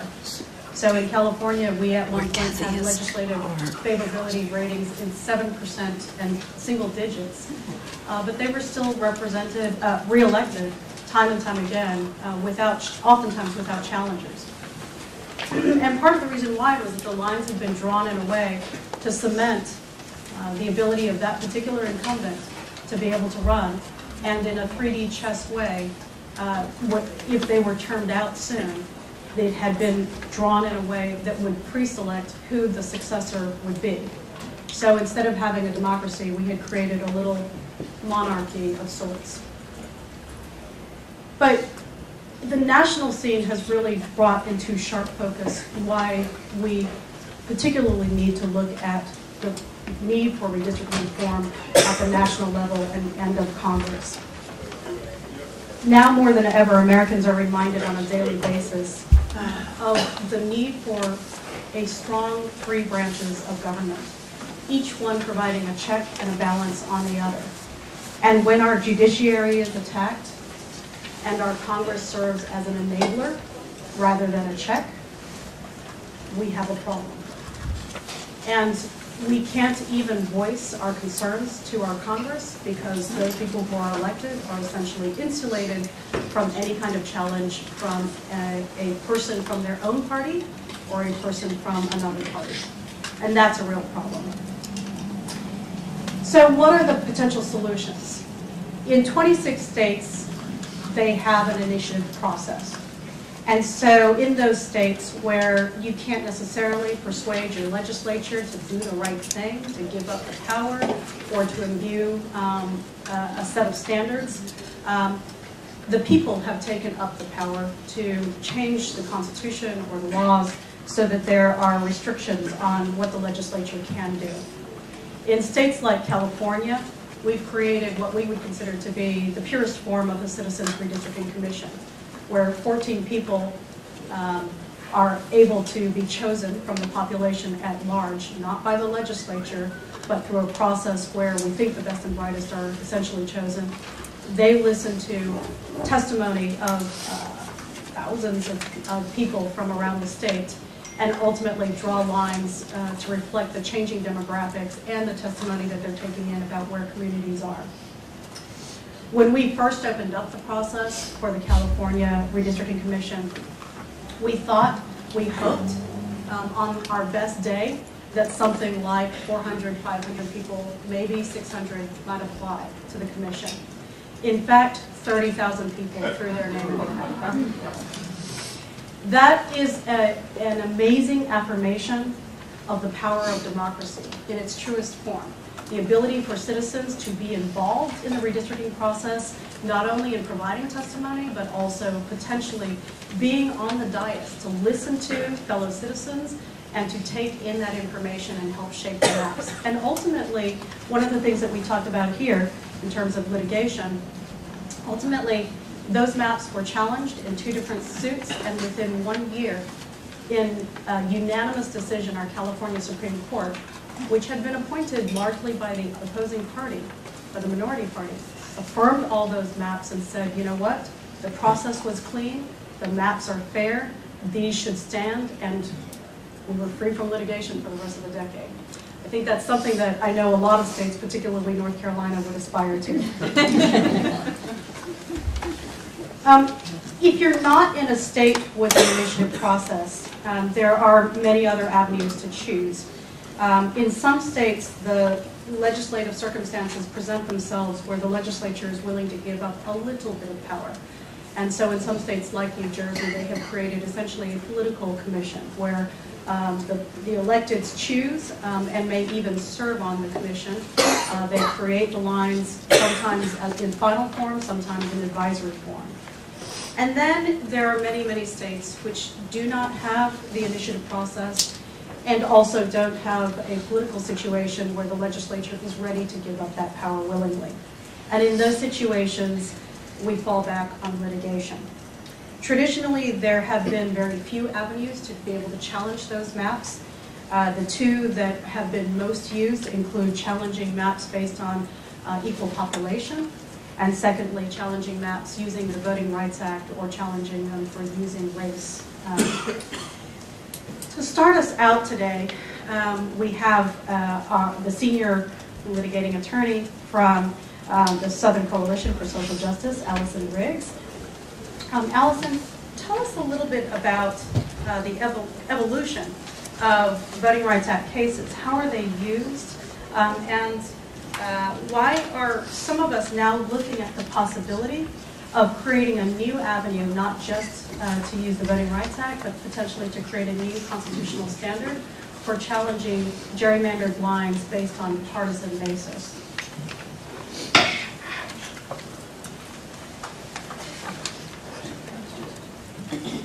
Thank you, Kathy, and thank you, Common Cause, for hosting this event and for inviting us to share our experiences litigating redistricting cases. We're always honored to participate in events like this.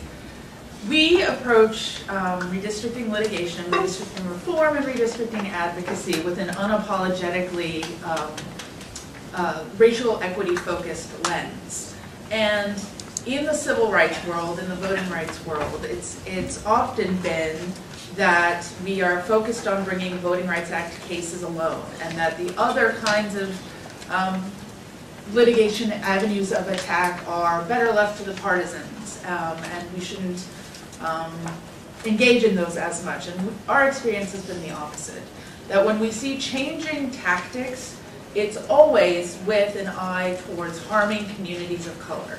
And so I want to start with the Voting Rights Act because it is, and it continues to be, and it has been, a critical tool for combating racially discriminatory redistricting plans.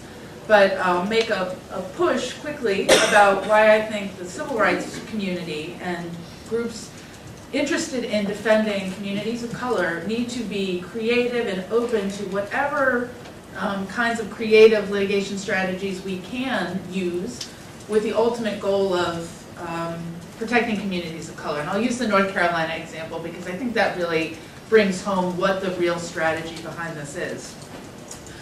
The Voting Rights Act generally is described as protecting against packing or cracking of communities of color. So that is, for 100 years prior to an important decision in 1986, we saw communities of color fractured, cracked, split up, with some placed in District 1, some placed in District 2, 3, the pattern follows, such that we had very white delegations to Congress, to the state legislature, and communities of color were having very limited success in electing their candidate of choice.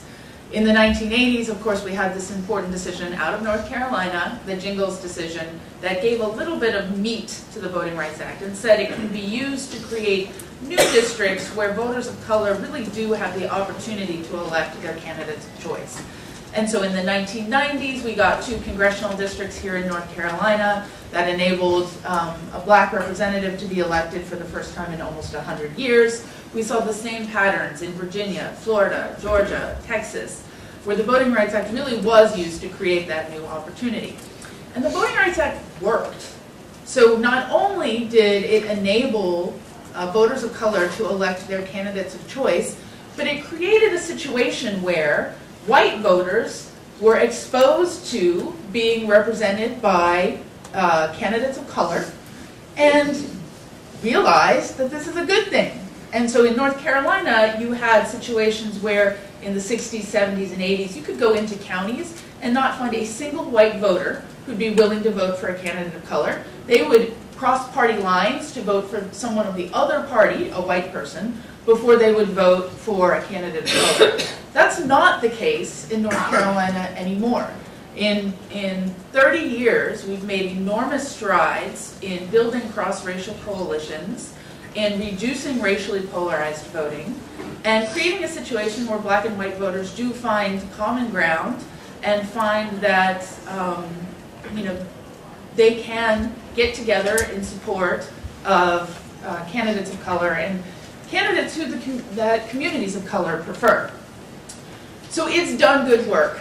It's done good work in North Carolina, and it's still needed in many places across the country. In Texas, we are litigating still.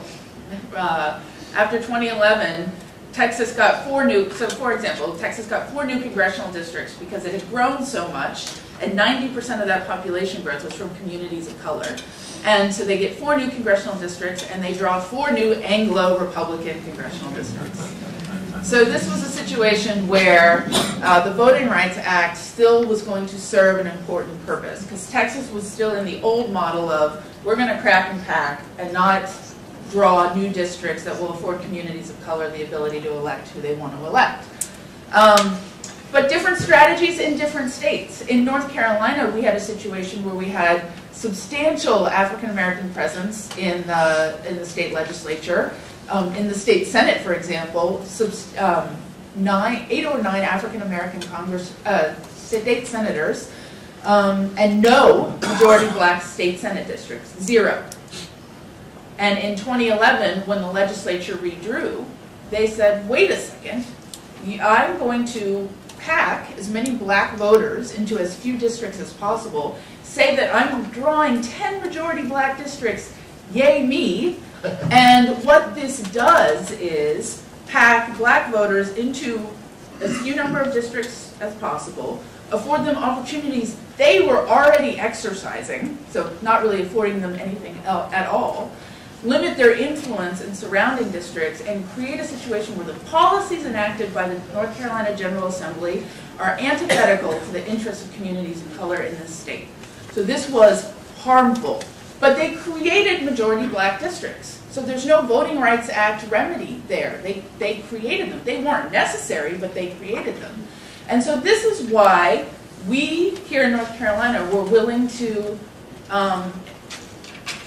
representing groups like the NAACP who recognized that what a harm this was to communities of color, we were willing to bring racial gerrymandering claims and say this is just a new strategy to harm communities of color. And we approached the work, again, using a racial equity lens to talk about not only is this segregating voters by race, assuming that white voters and black voters have nothing in common and can't share the same interests, and limiting black political power, we weave that into our narrative so that the court understands that this is a cynical use of the Voting Rights Act. And we've had some substantial success, although it's still playing out. But where I want to connect it to why we need to keep shifting and keep being strategic is when the congressional plan was declared an unconstitutional racial gerrymander, the state legislature, in its infinite maturity, said, fine, I'm going to turn off the race button, and I'm just going to draw a partisan gerrymander. And so they drew essentially the same map, a little more compact, but essentially the same map in which there are 2 African American members of Congress and 3 Democrats. So it's a 10-3 map, just like the racially gerrymandered map was. And it has the same effect on black voters, on voters of color across the state. It is restricting the influence of communities of color on the policies that get decided on in Washington. Same thing happens in the state legislature, restrictions on political power that affect real policies. And so that's why we, again, we're willing to say, this is still the same attack on communities of color, and if we're not agile enough to defend those communities, however the attack is being framed, then we're ceding important ground and we're not pushing the law to where it needs to be. And importantly, in North Carolina, in states all across the South, and really in states all across the country, race and politics have always been complexly intertwined. It's not a new phenomenon. It's nothing that we're not used to discussing and confronting and grappling with. And the court's getting there, and the court's a little nervous about that. But I think that we, in this time of change, in this democracy spring, we have to grapple with the fact that we can't shy away from these conversations, and we need to use litigation in states like North Carolina, in states like Texas, where there aren't legislatures willing to give up power. We have to push the law to where we think it should be, to use litigation to do that, and the pressure that comes with litigation, the money, the time, the public. Many of these legislators I don't believe, feel shame, but there is still an aspect to that they are constantly losing in a court of law, and we won't let up on that. And so it gives me hope, it should give you hope, that even in states where there isn't necessarily the atmosphere for reform on that level, that we can still do something to push the law in the way it's going to be. So I think later panelists will discuss in a little bit more detail what some of the partisan gerrymandering and the legal gerrymandering legal theories are in recent cases. I don't want to spend too much time on that, but what I wanted to do was situate that in the context of this work can all be done in the course of defending communities of color, in advocating for them to have the political power due to them, and in a way that creates, we don't live in a post-racial society. Racially polarized voting is not gone. I don't believe that. But let's move in the right direction, and by attacking communities of color with legislation and then not fighting back with whatever litigation tools are in our arsenal, we're allowing these conservative legislatures to resegregate us, to undermine the important progress that we've made, and it's harmful. So litigation is a critical part of that. Thank you.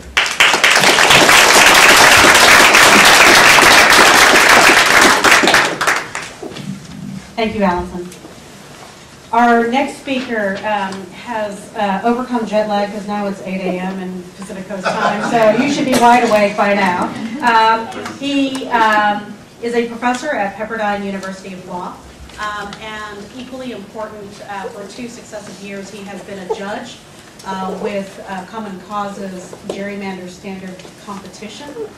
This is a competition that we hold each year, offering prize money to legal scholars and political scientists, anybody who wants to write a paper to propose a justiciable or manageable standard for the Supreme Court to consider, to be able to draw the line in the sand for what constitutes and unconstitutional partisan gerrymander.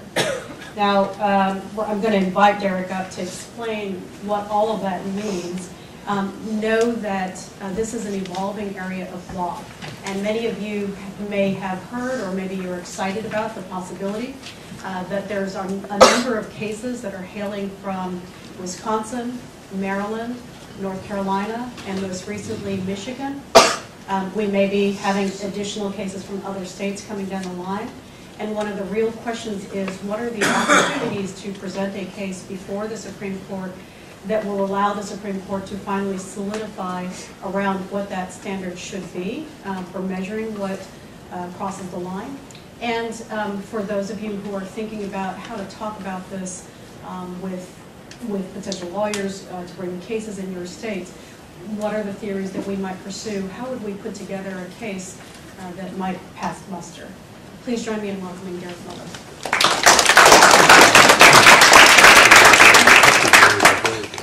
Thanks, Kathy. It's a pleasure to be here. It's almost as warm as it is in Malibu right now, but, so it's great weather. One of the advantages about being an academic is I get to think and speak a lot about the law, and unlike folks like Allison and Mark who have to do the hard work of actually turning the words or the theories into action and bringing actual cases before the court. So I'll talk about some of the challenges that we have for prospective litigants in establishing the legal standards before the courts.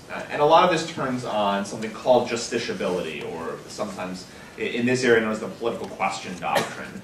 That is, the courts, and specifically the Supreme Court, are very reluctant to engage in decision-making about things that they believe are best left to the political process or to other political branches. So perhaps the most famous, or one of the cleanest, or most famous examples is impeachment. When Congress chooses to impeach and remove a judge, the court is not going to get involved. That's not our business. That's left to another branch of government. For many years, courts had concluded that questions about redistricting were best left to the political process. The courts simply would not get involved. And so we see the first sort of crack in that understanding in 1962, Baker versus Carr, which was dealing with malapportionment. And so some states had statutes on their books saying we're supposed to redistrict every 10 years, and when we redistrict, we put equal numbers of people in each district. And some states hadn't been doing that for 40, 50, 60 years. And so by 1962, they're bringing these challenges before the court, and the court in Baker versus Carr says these cases are justiciable. Without getting too bogged into details, they're saying we, the judiciary, are open for business. We're able to hear these cases. And they turn to the Equal Protection Clause of the 14th Amendment as the basis for doing so. And as a brief refresher, the 14th Amendment says, no state shall make or enforce any law which shall abridge the privileges or immunities of citizens of the United States, nor shall any state deprive any person of life, liberty, or property without due process of law, nor deny to any person within its jurisdictions the equal protection of the laws. So that equal protection of the laws, that's the legal hook the court is going to use. And the court says, now, we're not going to explain to you what that standard looks like. We're not going to explain when a district is malapportioned. We're just saying you can bring these claims before the court. But many of you, even the non-lawyers, are probably very familiar with redistricting cases, which beginning just 2 years after Baker versus Carr, the court articulates one person, one vote. And that is, over the years, with a relatively simple standard, although not so simple in Alabama and Texas and Arizona in recent years, but that's maybe for the Q&A, that we have roughly equal numbers of people when we're drawing our legislative districts. So very simple, straightforward, clean standard. That's all a prelude to partisan gerrymandering. Now, partisan gerrymandering certainly is not new. Remember, it's worth remembering that it's named after Elbridge Gerry, who signed the Declaration of Independence. So this has been around since literally the founding. We have this notion, and it can come out of political science or policy folks, think about partisan gerrymandering as this unjustified partisan advantage in drawing legislative districts. But there's lots of things we can measure, and the question is whether or not we're measuring these things and holding them up to a legal standard, right? Should we be looking just at the bad intent of the legislature? That is, the legislature says, boy, I'm a Republican, I'm out to get Democrats. I'm a Democrat, I'm out to get Republicans. Is that what we're looking for from the legislature, its intent? Or are we looking at its effect? That is, the impact it has on actual voters after we've drawn the system? Or do we need both? Do we need an intent and an effect element here? For effect, there are lots of ways of measuring effect, lots of ways that political scientists can probably battle over this. Do we look at proportionality? Do we look at symmetry, the efficiency gap? There are all different kinds of ways of measuring the effects of partisan gerrymandering. And what's an unjustified partisan advantage? We could look at individual districts, or we could look at the state as a whole. We could look at the process rather than the substance. We could say if the district is drawn in too funny a shape, or unlike traditional redistricting criteria, it runs afoul of these concerns that we have. So there are all different ways that we can consider what partisan gerrymandering might be. So even before we get to the sort of the legal problems here, we have to figure out whether or not we can take these standards and tether them to some text of the Constitution, some legal standard, and not just something in the Constitution, but something that judges feel comfortable in administering in the years to come. All right, so the brief overview of how the court has handled these cases starts in 1986 in Davis versus Vandermeer. And there the court concluded that partisan gerrymandering was justiciable. So much like Baker versus Carr, it's saying the courts are essentially open for business. And by open for business, you can bring these partisan gerrymandering claims. There was a majority of the court that was on board with that. But what the standard looked like was something of an open question. And the court doesn't really come down with the standard. Now, it didn't come down with the standard in Baker versus Carr. It took a couple of years for that to shake out. It doesn't really come down with the standard in Davis versus Vandermeer, but Justice White has an opinion in there, that sort of the controlling opinion, which articulates a couple of things that they're worried about. He says, first, we should be looking at both legislative intent and the effect on voters. So it's a two-prong analysis. We want the legislature that sort of had this bad intent, and we're looking for something about the effect it has and the outcome of the election. In terms of the outcome, Justice White rejects, or at least in a sense rejects, this notion that we're looking for proportionality. That is, if we get 52% of the votes in the state, you should get 52% of the seats. He says that's not something that the Constitution itself protects. Instead, he says, and here's the kind of language that has driven litigants mad maybe for 31 years, right? Standards that will consistently, it's an important adverb, consistently degrade a voter's or a group of voters' influence on the political process as a whole. Or when we're looking at a district, we ask if the system substantially, another important adverb, disadvantages certain voters in their opportunity to influence the political process effectively.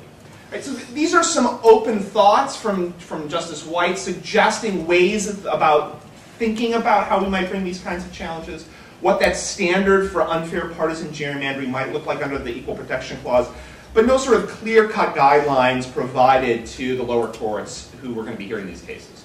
So we went to Veith versus Jubileer in 2004, case out of Pennsylvania. 4 justices on the court say these claims are really not justiciable. We never should have gone that way in Davis versus Vandermeer.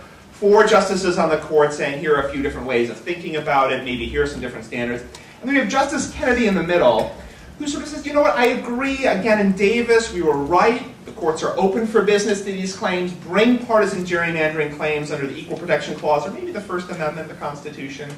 But here's my problem. First, I'm not sure what a substantive definition of fairness ought to look like, because there's still a lot of substantial disagreement about what that is. And second, I want to make sure that when we come up with the standard, we're constraining judges or providing appropriate guidance to judges before they're entering this political thicket. So look, I'm not sure what this standard's going to look like, but sort of muses maybe in the future we'll have more powerful computers. We'll have an answer coming down the road one of these years. Now, there were a number of proposals that were raised in the dissenting opinions, perhaps trying to find to catch Justice Kennedy's attention in such a case. Justice Stevens suggested using something like the racial gerrymandering test, where race predominates over other traditional redistricting criteria. Justice Souter suggested a multi-step inquiry that looked something like Section 2 claims under the Voting Rights Act about a cohesive group of voters who are sort of maybe running a little bit in a politically or in a geographically compact district, who were consistently thwarted in the political process. Justice Breyer had this sort of multi-factor holistic view, but again, Justice Kennedy rejects all these, saying we're going to keep this open and wait for another day. In 2006, in Lulek versus Perry, the court again considers this. This time, Chief Justice Roberts and Justice Alito have joined the court, and they actually joined with Justice Kennedy to say, we think these claims are justiciable, but we're holding off at this time what that standard might look like. And since then, we've had Justice Kagan, Justice Sotomayor, perhaps in the near future, Justice Gorsuch will be evaluating such claims as well. So there's an open question about what the claims might look like. So in all of these cases, it's worth emphasizing a lot of the emphasis has been trying to examine what the effect on voters has been in articulating a test. And particularly trying to captivate the court's attention is looking for a standard that the courts aren't going to regret, right? That's going to lead to inconsistent outcomes, to odd outcomes, that are outcomes difficult to administer. You know, too much math can make a district court judge a little nervous, right? So there's a lot of people coming up with a lot of different theories and philosophy, and I'm increasingly convinced that there may not be a magic bullet in these cases, a single standard that's going to work. And I refer to the Wisconsin redistricting case, where the court there, when they were considering what the standards might look like, they were pointing to a number of factors and a number of pieces of evidence, including asymmetry, including the efficiency gap, saying proportionality might not be the touchstone, but it's one of the factors that we're at least allowed to consider as evidence of it. So I think it's worth considering going forward that we're probably going to the extent that the court is coming up with a standard or we're looking at a standard, it's going to be one that embraces a number of factors that courts might use, and the number of factors that are going to be at least somewhat consistent and easy to apply. How that comes out, whether that convinces 5 justices in the court in the near future is perhaps another question. So, thank you.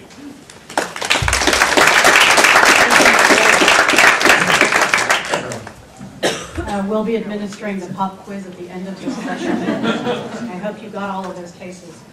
All right. And last but certainly not least, the current chair of Perkins Coie's political law practice. Also, we've recently heard that former President Obama and AG Eric Holder has created an organization, the Democratic National Redistricting Committee, that has 3 prongs. One prong is an electoral strategy to impact redistricting outcomes. One prong is to look at ballot initiatives to potentially change the way that lines are drawn. And the third prong is to carry out a litigation strategy. And leading that litigation strategy, even before this organization was created for many, many years, is Mark Elias. Now, I will just say that I think Mark Elias has some kind of straight line to a higher entity because he somehow managed to get us to come to his alma mater and host this conference, but also he managed to get the Supreme Court, and in particular Justice Kennedy, to issue a very favorable opinion just yesterday, hailing out of Virginia at Bethune Hill. And so let's give Mark a big round of applause. Mark to talk about that case, but also the evolution of where the courts are, both with regards to racial gerrymandering cases and the potential opening that we're seeing from some of these cases in talking about interest in creating a new partisan gerrymandering standard. Thank you very much. I'm happy to be here. I went to Duke Law School across the street. I've always held a deep resentment of the Sanford School, not just because it's a nicer facility, but also because this used to be the law school's parking lot. When I was a second-year law student, they broke ground, so we got all of the construction and noise of them building a public policy school across the street, and how parking was relegated to no place near this building. So it's a pleasure to be here and to be talking about a really important topic, the future of redistricting strategies and how to combat what has really become a corrosive problem of partisan, and I use that not in the legal sense of partisan redistricting, but partisan in the sense that we have seen primarily Republican legislatures throughout the country take to the extreme, including in North Carolina, their ability to use every tool available to achieve a partisan advantage. I do some litigation that I bring in the voting rights area and in redistricting. I do on behalf of nonprofit organizations. But much of the litigation I do, and oftentimes I am probably most identified with the Democratic Party. So it's important that people sort of understand the biases that speakers bring. I was the general counsel for Hillary Clinton's campaign. the General Counsel of the Democratic National Committee, Democratic Senate Campaign Committee, the Democratic Congressional Campaign Committee, and the Democratic Governors Association. And I was, among other things, a retail lawyer for Roy Cooper. But So, did you meet with the Russian ambassador? I tweeted out two things that were of significance about this. Number one, several.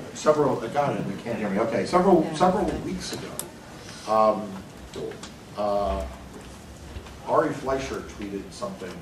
Ari Fleischer has become like there is nothing Donald Trump can do that Ari Fleischer will not endorse. It's really actually quite extraordinary. But Ari Fleischer was defending the last set of meetings with the Russian government, agents of Russia.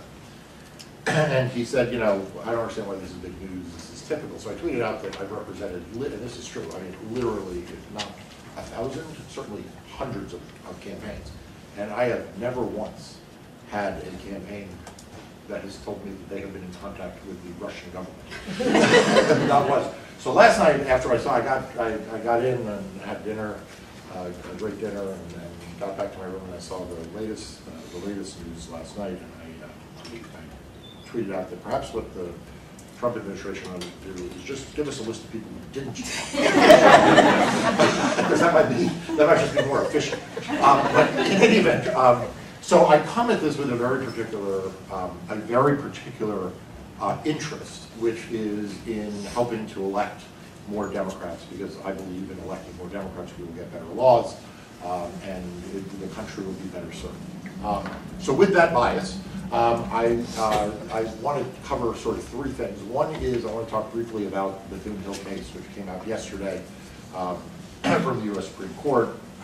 I want to talk a little bit about kind of how that case and the partisan, I'm sorry, and the voting rights, not voting rights, how the racial gerrymandering claims fit into what I see as the continuum between the Voting Rights Act on one side and partisan gerrymandering claims on the other. And then finally, I just want to talk briefly about kind of like, and then what? Like, where does this go? If all this succeeds, kind of what's next, and what should people like you all who are thinking about this from a policy standpoint, what should you be doing and thinking, at least from my perspective? So, when I went to Duke Law School, I had as a professor a retired Court of Appeals judge named Robertson Everett, and he was at that time bringing a case. He lived in Durham, taught at the law school, and was bringing a case challenging North Carolina's 12th congressional district as a, among others, I think, as a under a new theory, which was that the state of North Carolina had intentionally grabbed pockets of black voters from disparate communities and connected them by highways and byways into a single district. That case became the Shaw versus Reno. It became known as the Shaw line of cases. I will tell you a very, very quick aside, by the way. So in the last of the Shaw cases, there is this, the issue involves the moving of black voters in Greensboro. And the question is, why were they moved? Were they moved because they were Democrats, or they moved because they were black? And I'm reading the case preparing for the U.S. Supreme Court, because on December 5th I argued the Virginia case, and I also argued the Harris case, which is the North Carolina congressional redistricting case.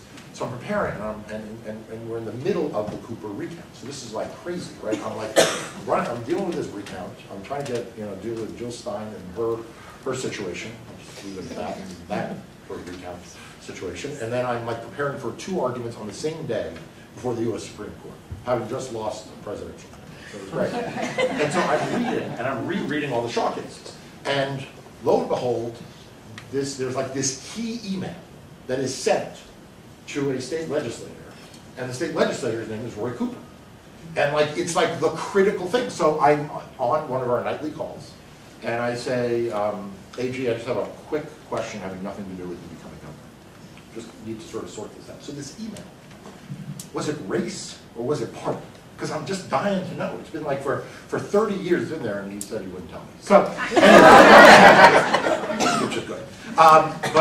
So the Virginia case dealt with a very, very important question, which is how do you, is it okay for the state of Virginia to say, we are going to take a one-size-fits-all approach to creating majority minority districts. And what they did is they created 12 predominantly 12 majority minority black districts in the state of Virginia. And they did it by saying in each of those districts it needs to be 55% black. Can't be 54.9. In fact, one of the districts, in the Richmond area, came in at just over 55%, and the local nonpartisan election officials wanted to unite a polling place. So make essentially a technical boundary correction in order to keep a polling place together, so that people who lived on one side of a highway could vote in their polling place rather than having to cross a highway, through which there was no natural way to get there. And it would have dropped the BVAP from 55.1 to 49.9, and the legislature said no. Had to be over 55%. And what the case that I brought challenged that and said, you know, that where you have an unflinching racial floor that is the predominant factor, it is the thing that is driving the redistricting process. It's not one of many factors being used. It's not part of a mix. It's not necessary to comply with the Voting Rights Act. It's just like easy for the people it's easy for the legislature, right? They didn't have to do their homework. They could just come up with 55%, that's going to be subject to heightened scrutiny. And that's the case that we won yesterday, but with a 6 vote majority opinion, and Alito and Thomas writing separately. Those cases began, the Shaw cases were principally cases advocated by conservative white Republicans who were initially trying to undo majority minority districts. And over the years, and after 2010, the Republican legislatures got a cynical idea, which is that it's very unpopular for them to stand up in a room and say, I have drawn these lines to screw Democrats. Like, no politician wants to say that. What they want to do is stand up and say, I drew these lines because I care deeply about African Americans and Hispanics. I care so deeply as a conservative Republican. There is nothing that moves me more than helping voting rights for minorities that I did better than Democrats would do. I went out and I created these districts, and this is really important. What they did is they used race as a cover and as a proxy for partisanship. So they drew them race-based. They didn't draw them based on party. They drew them based on race, but they were using race as a proxy, and that violates the Constitution. Why is that important to a conference on partisan gerrymandering? The reason why is because to win the next piece, right, the partisan gerrymandering piece, you've got to flush the Republican legislators out of their hole, right? Right now they're hiding behind they're doing the right thing around race, and they're not. And so lawyers like me bring racial gerrymandering claims, and then I know that the North Carolinians in the room are like, yeah, great, so we got the remedial maps in Harris where they said we did it just to screw Democrats. But I would argue that's progress. I don't know, it is. Because now they're saying, yeah, we're engaged in bold, bald-faced partisanship. And that's not going to be popular for them at the ballot box. It's not going to make them as comfortable. And it's going to set up a fact pattern that's going to make it easier to bring these cases in the future. So I think there's a natural interplay here between these two. Now, last thing I want to say, because my time is on. Where do we go from here? I think you all need to give some thought to the following question. If they are not supposed to use, they're not supposed to racially gerrymander, and they're not supposed to partisan gerrymander, what are they supposed to do? Right, what would you have them do? Now they're sitting, Rucho and Lewis, North Carolina, are sitting at a table with Hoffler, their map drawer.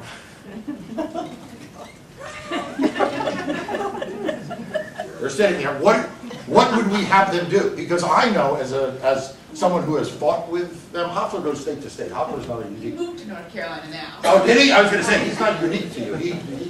Yeah. They're going to find another way. right? They're not gonna say, oh, well, geez, now we're actually in favor of good government. We want to be fair to all. That's not what they're gonna do. So one of the things that I hope you will explore today is, okay, so now what?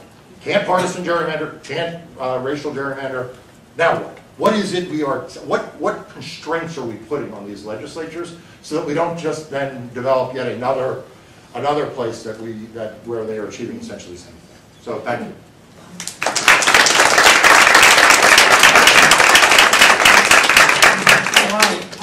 I want to thank our speakers again, not only for very insightful comments, but also sticking with time so that we've got a good amount of time for Q&A. So, anybody have a question? Yes, stand up. What do we know about where Judge Gorsuch stands on this question? What's your question? So we don't know. He has never ruled. He has never ruled in a. There is one campaign finance case that he was involved in. So other than that, he has not ruled in a case that involves politics generally. So there's relatively little. There's a ballot access case also. So the ballot access case and a campaign finance case, but he is not. Nothing that really gives insight here. I mean, he is a self-described originalist, very much in the Scalia model. So you should, I assume that would be. There was a case a couple of years ago called Kerr versus Hickenlooper, where there was a challenge to Colorado's Taxpayer Bill of Rights as a violation of the Guarantee Clause. And the Guarantee Clause is this clause, the guarantee is a Republican form of government that for about 200 years the courts have said is largely non-justiciable. And so a district court there said it was justiciable, and the 10th Circuit said it was justiciable, and then it went en banc in the 10th Circuit, and Judge Gorsuch wrote a dissent from the en banc saying, look, this case has been litigated for many years, and we've been running up and down the federal judiciary looking for a discernible standard for what the guarantee clause is, and we haven't been able to find it. Therefore, this case ought to be thrown out. So I don't know if that's going to mimic his response to partisan gerrymandering, saying for 31 plus years we haven't come up with a standard, so let's throw it out. That'd be my inclination, but that's only a guess. Kennedy's still who we're looking at. Right. And quick question, just as a reminder, even if Gorsuch is not particularly interested in looking for a standard, do we have enough votes on the Supreme Court right now of justices who might be interested in looking for that standard? So here's the one thing I'll say, and I think again this cuts. I'm not sure which way this cuts, but so on December 5th, Bethune-Hill argued Harris back-to-back redistricting cases, and the most notable thing that I picked up from the bench, which Breyer was actually the strongest on, is how much the courts feel like they are overrun right now with redistricting cases. So I don't, just as a general matter, they seemed unhappy that they were hearing two of them. They were unhappy to see you. They were unhappy. They seemed much happier to see Paul Clement. But I don't know whether that some of that clearly has to do with direct appeal, and the fact they don't like the fact that these cases come automatically. But I don't know if there is anything if he is let's hear fewer cases, or whether that's something is. Yeah, I don't know. Another question. Yes, sir. My name is Stephen Wolf, and I write for Daily Coast Elections. And some of the work I've done is we've drawn nonpartisan maps for all the states, and we found that pretty much every southern state could have drawn another majority-minority district in the most recent round of redistricting. And so Marcus successfully fought for the creation of the second black majority, or heavily black district in Virginia. It's majority. Yeah. Do you have any other plans for states like Alabama, Georgia, Louisiana, or South Carolina? So first of all, I like your Twitter. What I'll say is that, and I said this yesterday, we will be initiating another round of litigation challenging additional congressional and perhaps state legislative maps. I'm not going to say today what states they are, but we are certainly looking at places where either additional Section 2 districts can be created, or where we feel like there were other instances where districts were impermissibly racially gerrymandered. I mean, this sort of brings up an issue I didn't have time to talk about, which is going to be big coming up, is the idea of coalition districts, right? So now there are states in this country that are becoming increasingly diverse, and where living patterns are integrated enough such that in Texas, for example, it'll be very, very challenging to draw a majority single race district. Majority black, majority Latino, majority Asian American. I mean, it's going to be difficult, and the law has not caught up yet with how do we deal with, I mean, so in California, folks have been dealing with this for, we should look to you guys, but it's been problematic in Florida and Texas, especially, and 10 years from now could be in North Carolina and Georgia as well.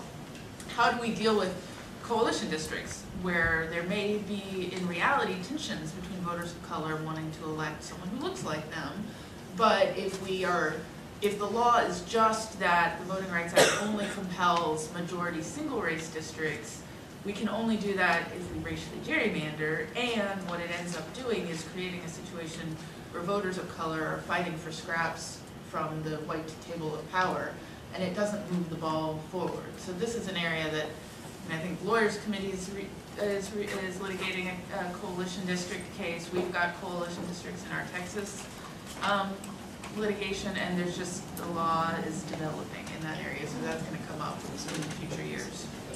And very briefly, I think one major issue in these areas is timing, right? I mean, we're 3 years and a month away from the next census. So this, as these cases go on, there are elections that are continually being had, and so any victories that people are going to win in a litigation has a much shorter window in terms of the victories they have, right? So a lot is eyeing 2020 and the results of that, but at the same time, it happens every 10 years, and you have to have some kind of litigation. We are never more than 2 years away from the most important election of our lifetime. The interesting thing about litigation that's at the tail end of the decade is it does start to address the challenge that a lot of courts are looking for, which is they want to see, if they're concerned about gerrymandering, they want to see that it's persistent and can't be changed, and you can't do that at the beginning of the decade because you don't have any elections to kind of show that pattern. And interestingly enough, by the time you get to 2016, 17, you've got plenty of elections to kind of show that pattern. And I will just say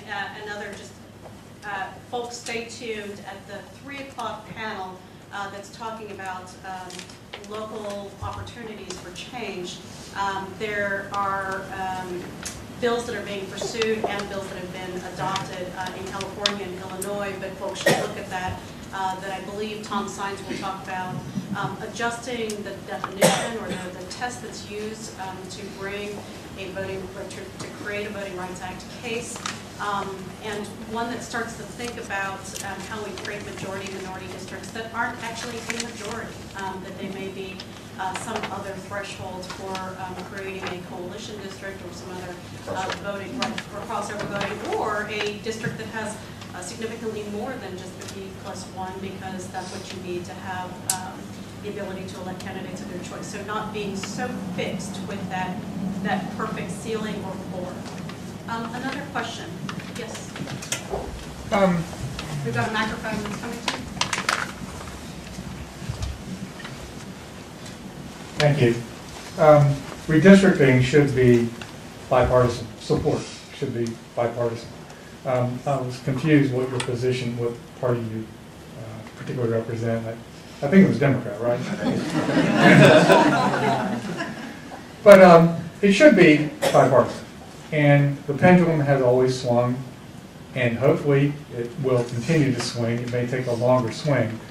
So now's the time to do it, so that both parties, neither party suffers. And to your point about perhaps the court is tired of, may be growing tired of hearing cases. And I'm just curious as to your presenting before the Supreme Court, is there any kind of emotional appeal? These are constitutional arguments, but is there any element of emotional appeal that, now's a good time to do this? It's the kind of the right thing to do. Or is that absent from your arguments in a Supreme Court case? Sorry. So my argument. Perfect. I don't understand your question.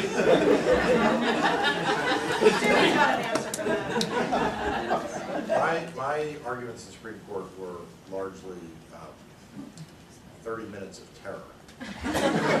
So I didn't appeal to emotion or much else. I mostly just tried to stand, sort of at the lectern and watch the light change color. The arguments in the Supreme Court, the Supreme Court is pretty narrowly focused on not even on the whole case, but typically on a very discrete legal issue. So, they want to use that time when you are before them. Every case that is before the Supreme Court is there because it's a hard case. For an easy case, the Supreme Court wouldn't need to hear it. So they are usually very focused on some novel or difficult legal issue, and they are really asking you to engage on that. So I certainly did not engage in an emotional appeal, but I'm also not I do not pretend to be an experienced Supreme Court advocate. I've argued 3 cases, but I'm not someone who argues there every day and couldn't tell you whether emotional appeals or I didn't do it. I just that was terrible. Maybe what we did in the other room was have a lightning round of questions, just to get all the questions out there, and then give our panelists one last chance to kind of answer the questions that seemed appropriate.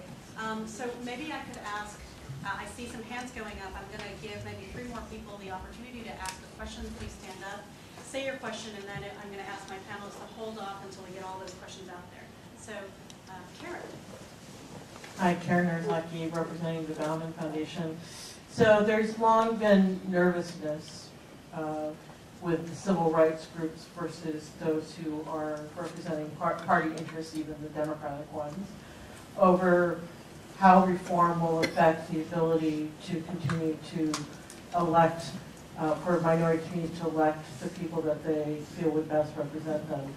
Do you feel like we're at a moment in time where those issues are resolvable in terms of, and if not, what will be the continuing challenges? Great question. All right, question in the back. Everything that we're talking about depends upon data. To what extent is our access to usable forms of voting, voter turnout, and actual vote data, and things like the current population survey data sets on voters? We did have a little bit of a caution, which is, yes, it does, and yet we don't want to scare our judges off with too much math, because probably the reason they became judges is because they were trying to avoid statistics class. Okay, one last question. Okay, we're going to, yes? Just a quick follow-up. So when you're talking about drawing minority... Stand up quick. We're on camera, so we're trying to capture the question. Okay, so when you're talking about drawing these districts to elect minority candidates that aren't majority single race, do you see that conflicting with past cases like Bartlett versus Strickland? And if so, I mean, how would you resolve that? Okay. Allison, you want to start us off? Sure, and I'll be as rapid as possible. I was definitely, when I started out, alluding to this tension between the civil rights community and this being worried about the state of the law moving in a direction that won't preserve the ability of minority voters to elect their candidate of choice. I think that tension is real. I'm not dismissing it or diminishing it, but the law is moving in this direction, and either we sit back and have no say in how the law develops, or we bring to bear to the litigation that is going to happen anyway a racial equity lens and a commitment to preserving abilities for minority voters. And that's the way that we've approached the work and our willingness to engage in it, and hearing from communities of color saying they keep screwing us, they're just doing it different ways, and it's not okay. And so I think that's ultimately where we're going to, and sort of just have to come to terms with, we get on this train and try and start steering it rather than letting it go to town without us.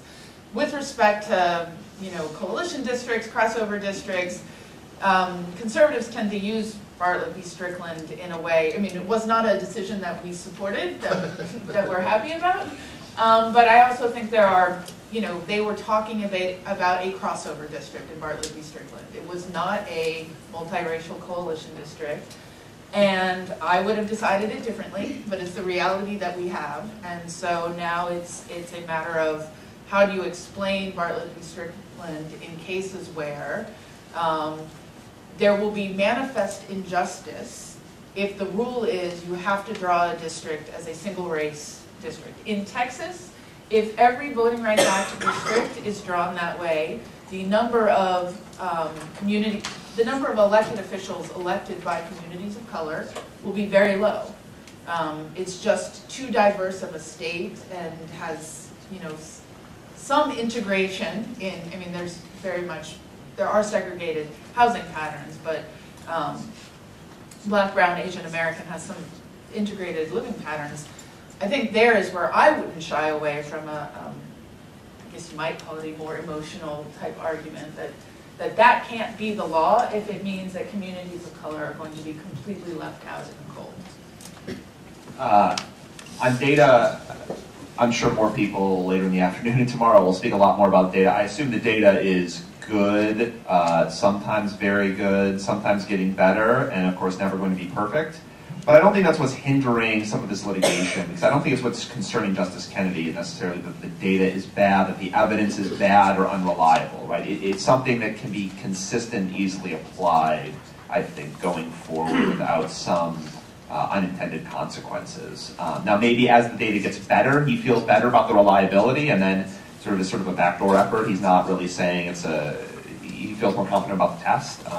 But I'm just not sure. I'm not sure that it's necessarily the lack of data, although I'm sure political scientists will correct me this afternoon. So I just want to address briefly the question that you asked, because I do think, when I filed the Virginia case, the congressional case, which involved Bobby Scott's congressional district, and there are now 2 African American members as a result. When I filed I also filed the North Carolina case, the Harris case, and I also filed a similar case in Florida. So happened I wound up litigating the Fair District case, wound up winning, so we didn't need the Shaw claim case in Florida. It is fair to say that the feedback I initially received from the civil rights community was decidedly mixed, because I think they expressed 2 concerns. The first is that a lawyer for the Democratic Party, which I acknowledge I am, doesn't necessarily have the best interests of the civil rights groups in mind. They have the best interests of the Democratic Party in mind, and those might or might not be, in every case, aligned. And are we creating an infrastructure for the party and the party's interests to not rival, that's the wrong term, but to be in a field that has been dominated by civil rights organizations, are we creating a parallel structure that may or may not always be in agreement? The second concern that I understood, and I think that has now been largely, not entirely, but I think there is now a sense that the litigation we brought was useful, it was helpful, it advanced the interests of people of color, it was a win-win all the way around. The second concern, which I never thought was, frankly, I just disagreed with, was that by using the Voting Rights Act, the Democratic Party would politicize and make partisan an act that was bipartisan. Now, that's, in my view, just flat out wrong. What the Republican Party has done around voting and voting access and the Voting Rights Act started, it's not the result of me bringing Shaw claims in 3 congressional districts. It is a strategic decision that they made to not reauthorize the Voting Rights Act. And as I have told the leaders of several of your organizations, if you want to reauthorize the Voting Rights Act, elect Democrats. Because if Hillary Clinton were President of the United States, Chuck Schumer were Majority Leader, and Nancy Pelosi was Speaker, we would have a reauthorized Voting Rights Act. Telling me that you are playing footsie with Sensenbrenner is going to get you nothing other than maybe a little bit of funding and maybe a little bit of press. But honestly, the House Republicans are not reauthorizing the Voting Rights Act. So if you are spending significant amounts of time talking to Sensenbrenner staff you are doing something other than passing legislation. And so that criticism, the criticism that somehow I was going to create or we were going to create a partisan environment that would make efforts for Voting Rights Act reauthorization, I just thought was flat out wrong. And I am, not an expert in a lot of things. I know a lot about how the House and Senate passes laws, and I feel good about that. So I think it's better. I think that there is right now a unity of purpose, and I think we have proved in Florida the concerns about Corinne Brown's district. There are now 2 African Americans, that district and Val Demings. In Virginia, as I mentioned, there are 2. North Carolina, the remedial map that got passed, we didn't support. If you looked at the maps that we did support, it would have improved the situation for African American populations as well. Thank you. Please join me in giving our panel one more round.